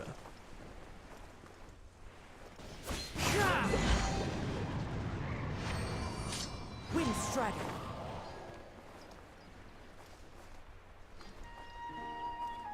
So, hahaha. Wir sammeln den ersten da hinten, dann hält es auch länger. Ich will jetzt nicht das Team wechseln dafür. Wir haben ja gesehen, das hält lang genug insgesamt. Time to go. Wenn ich mich nur ein bisschen beeile. Wait. Warum ist es denn jetzt schon dreifach?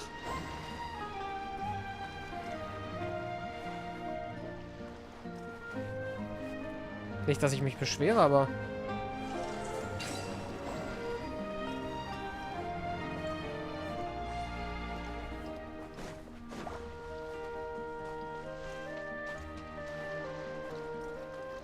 Das war nicht der Wasser...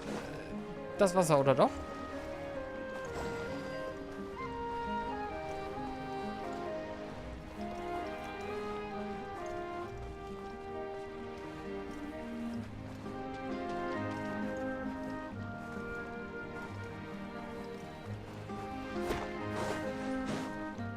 Also müssen wir doch den nächsten, den hier darüber holen.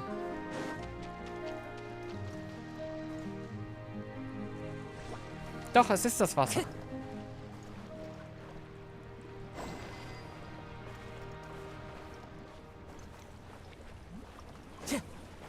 War nur irritiert, dass der eben nicht mitgekommen ist.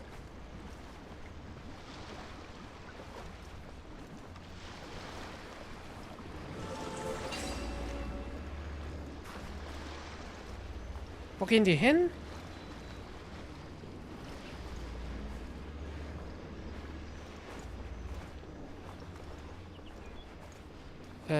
Okay.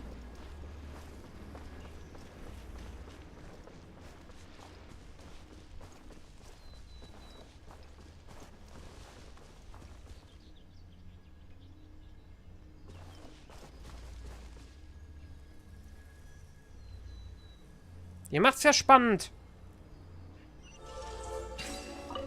Ihr steht hier nicht mal in einem perfekten Dreieck. Warum musstet ihr überhaupt in die Nähe?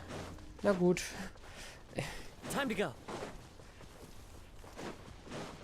Es war alles nur, um unsere Zeit zu verschwenden. Ich verstehe schon. So, wäre schon möglich, dass wir hier einen Wellenreiter brauchen?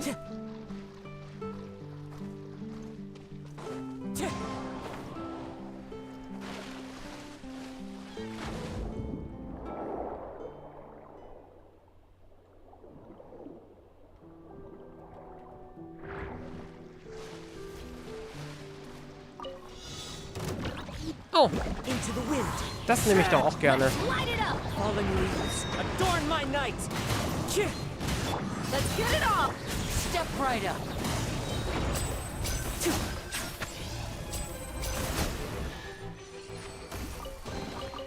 And now I'll make it all disappear.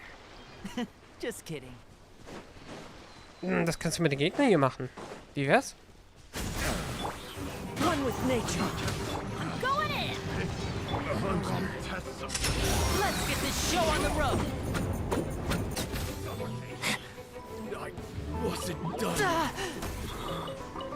So, können wir jetzt mal kurz stehen bleiben? Danke.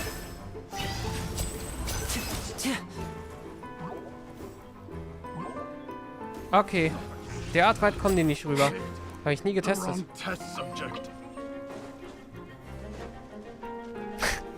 Warum so weit weg? Ich meine, eine kluge Entscheidung, aber...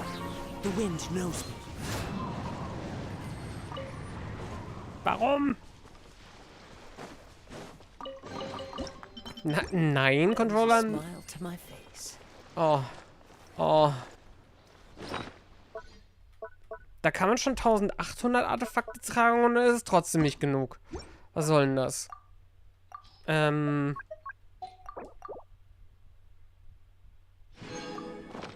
Genau 1700. Ich habe nicht mal bemerkt, dass ich so viele Artefakte hatte. Wo kann das denn plötzlich her? Den nehme ich. Wir müssen auch unbedingt noch den einen holen, den ich nicht holen durfte vorhin.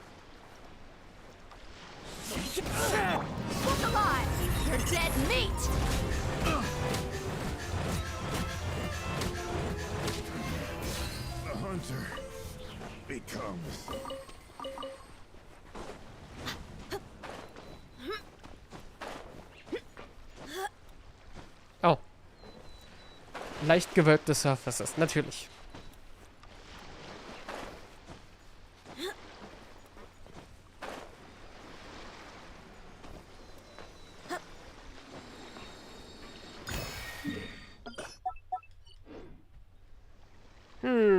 Das klingt doch eigentlich nach der perfekten Gelegenheit, um da mal kurz abzutauchen.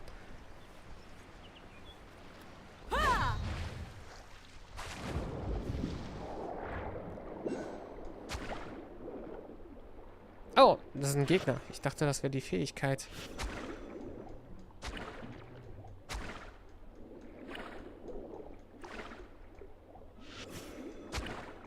Also ich will schon die Fähigkeit. Na gut. Wenn ich die bekämpfe. Das dann nehme ich natürlich auch sehr gerne.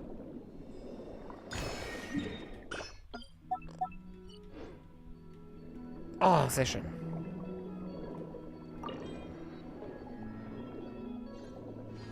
Da ist sie. So, dann holen wir die Truhe auch noch.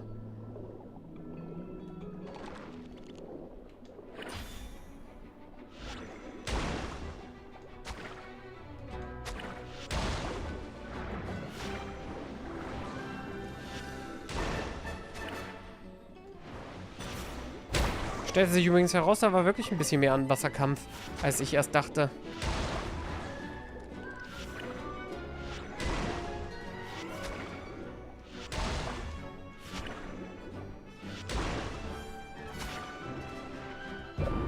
Das ist nicht alles. Ich kann mit denen auch einen Crit landen.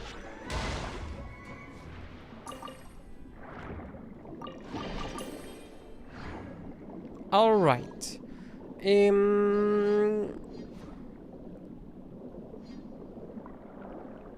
Okay, eine Schwimm-Challenge. I don't mind. Oh Gott, das geht ja ganz schön tief runter. Davor habe ich auch Angst. Höhlen-Elevation ist hier eine Sache, aber Unterwasser-Elevation, das kann in so verschiedene Richtungen gehen. Deswegen... Da habe ich schon ein bisschen Ehrfurcht vor. Oh, sehr schön. In Sachen Kampfeffektivität ist das hier doch meine liebste Attacke gewesen bis jetzt.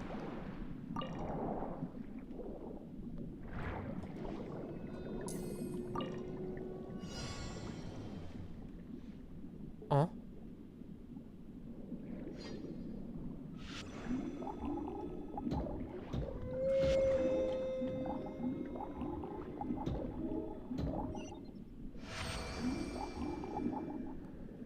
Sehr schön.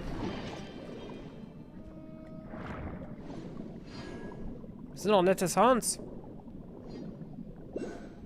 Mhm. Ist ihn. Nice.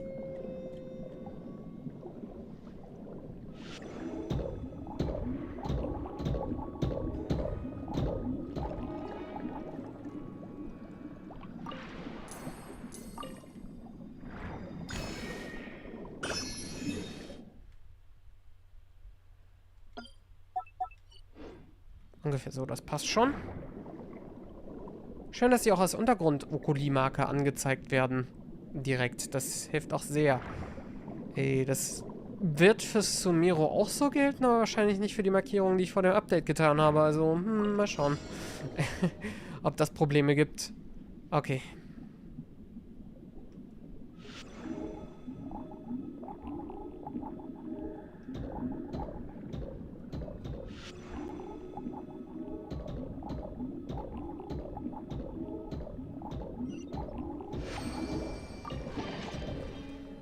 Gut.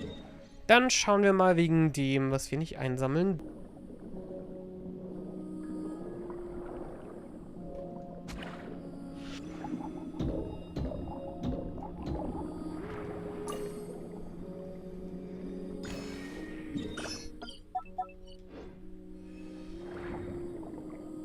Wie hat die Mädels eigentlich unter Wasser geschleppt? Oder war da damals, der Wasserpegel ebenfalls noch ein bisschen zu niedrig?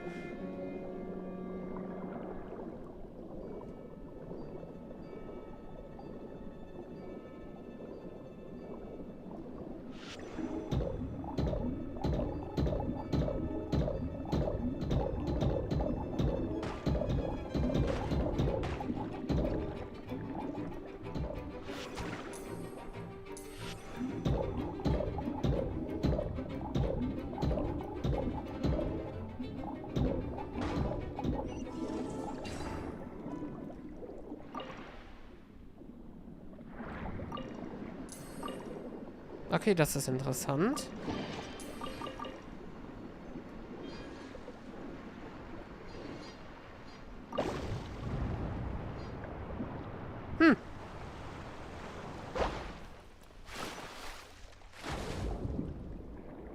Treasure upon Treasure. Damit habe ich nicht gerechnet. Ich dachte vielleicht wieder ein Oculus oder so. Naja. Ich will mal die da unten einsammeln. Das ist 100 Pro Nivelets Rüstungsmaterial. Ich habe noch nicht geguckt, was das sein wird. Ich sollte mal vorbereiten. Bei Boy freue ich mich auf den Boy. Nee, da war er.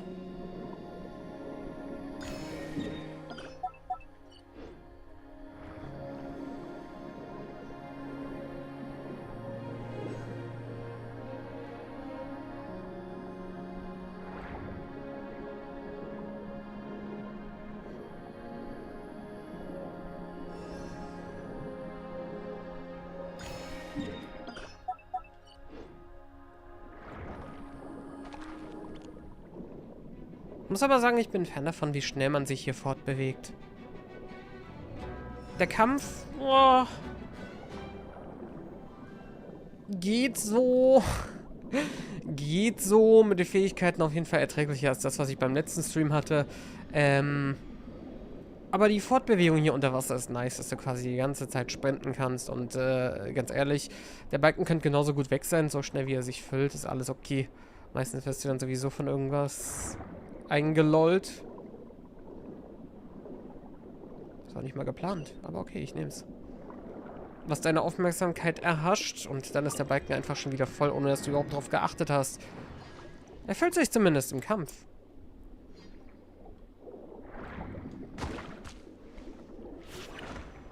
Sorry.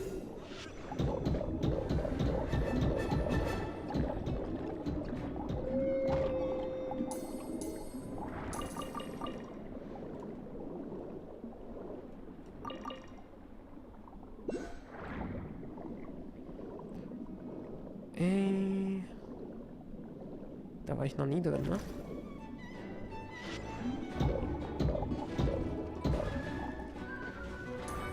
Na, dieses Material brauche ich ja jetzt sowieso für Lynette.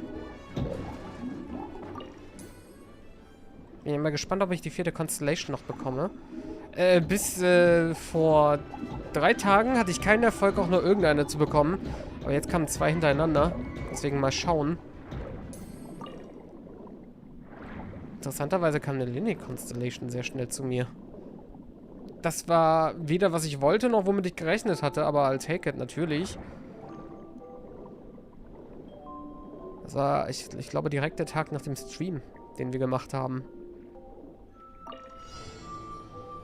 Jetzt überziehe ich ein bisschen, aber hey, was soll's. Okay, aus der Ferne hätte ich das besser machen können. Aber ich glaube, das klappt auch so.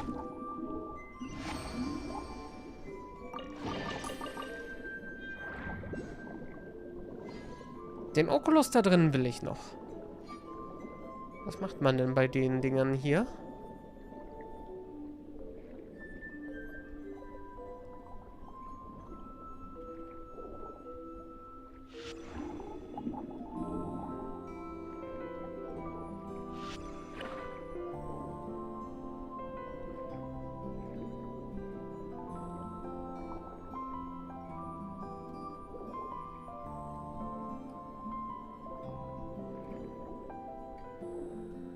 Wie wär's mit dem da folgen?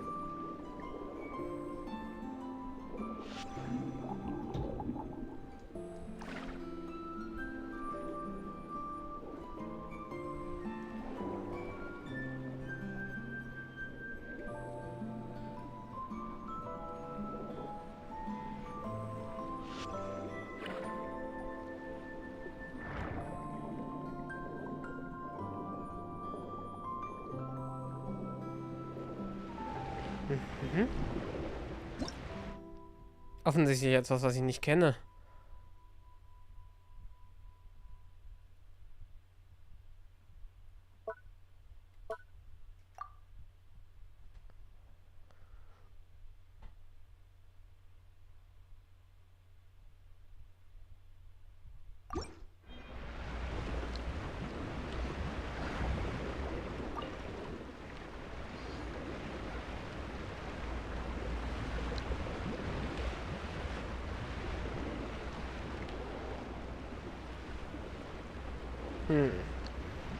Übrigens erneut sehr große Strukturähnlichkeiten zu dem alten Monster hier.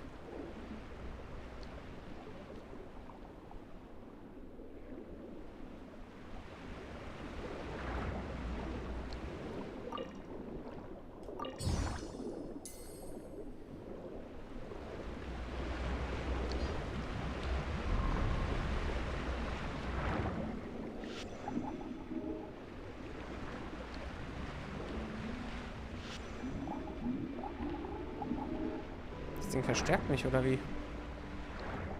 Ich weiß nichts hierüber.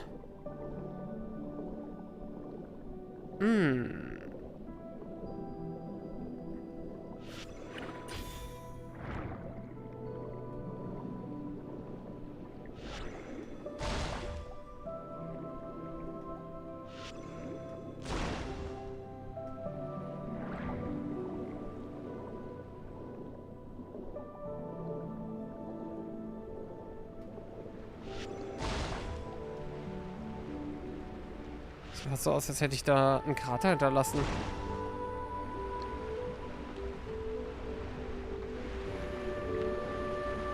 Ha?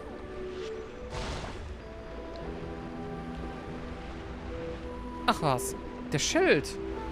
Na klar, ich schilde ihn. Ah.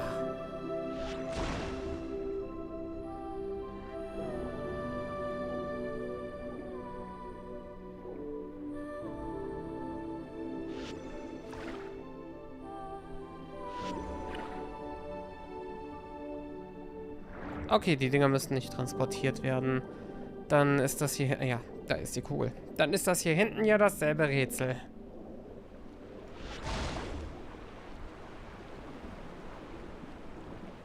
Oder ist es das?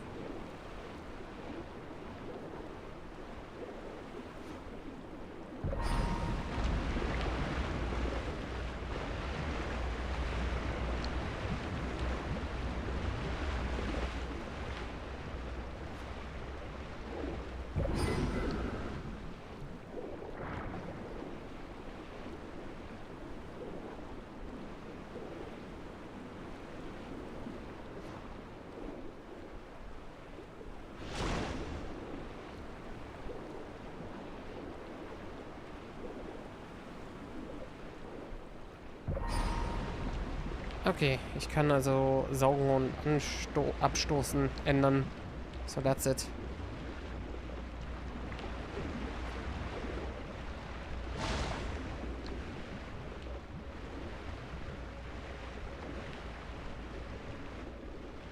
That's not entirely it.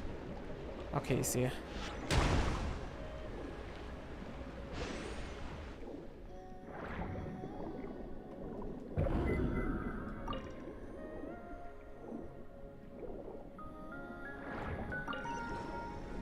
Okay.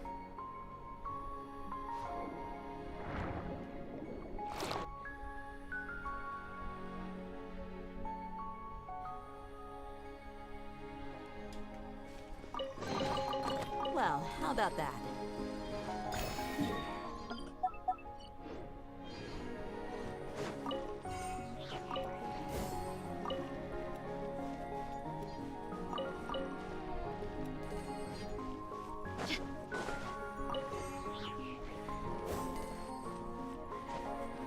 Soweit, so nice. Aber ich muss sagen, da war noch was, was mein Auge beansprucht hatte.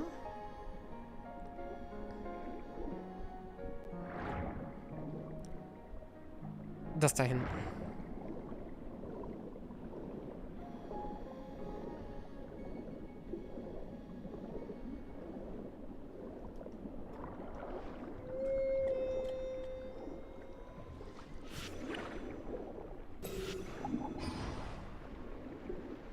Mhm.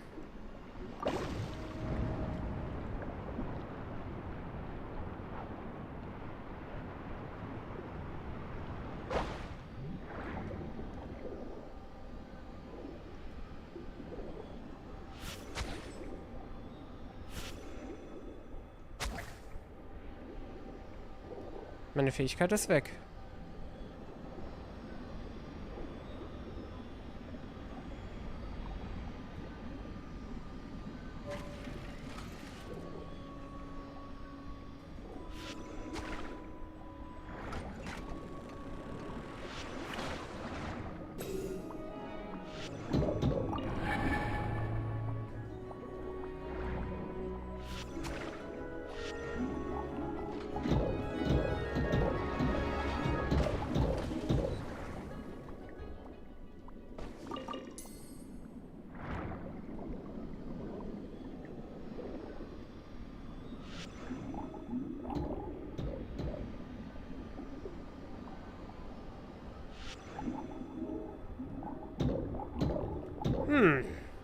Ich meine, ich kann mir auch einfach durchlesen, was die Erklärung dazu sagt.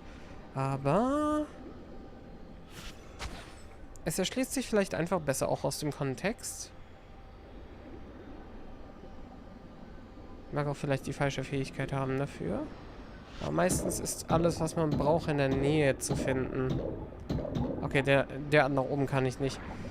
Aber ich habe nichts dagegen, es jetzt dabei zu belassen. So, wir gehen zur Götterstatue, ich gebe ab, was ich habe und dann habe ich nichts mehr. So nämlich.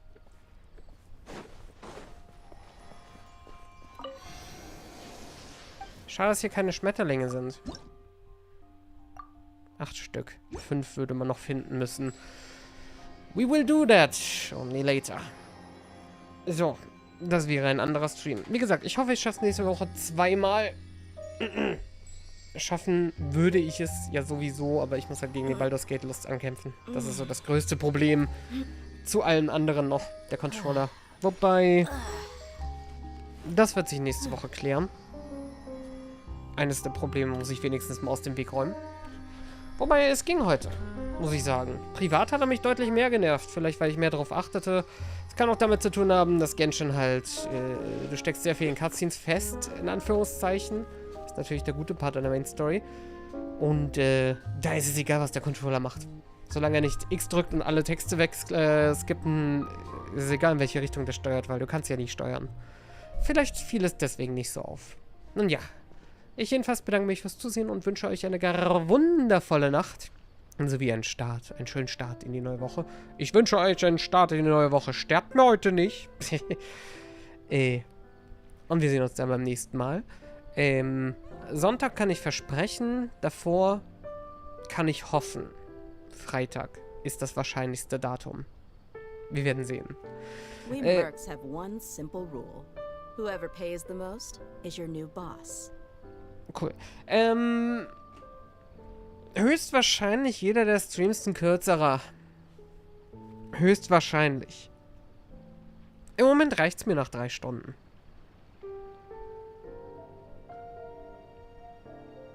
Wir schauen mal. Das wird sich auf jeden Fall auch noch wieder ändern. Ich glaube, ich bleibe bei Genshin. Final Fantasy 14 will ich auch unbedingt weitermachen. Versteht mich nicht falsch. Aber, wir haben die Main Story jetzt durch und müssen jetzt 4 Wochen warten. Ja. Das ist nicht, wo ich... So. Aber hier gibt es noch sehr viel aufzuarbeiten. Und ich denke mal, das werden wir wohl mal in nächster Zeit. Scheint mir jedenfalls ein guter Zeitpunkt dafür zu sein. Aber nicht heute. Nicht heute. Ich habe überlegt, aber dachte mir da so, nee. So. Bis zum nächsten Mal dann. Tschüss, tschüss. Bye, bye.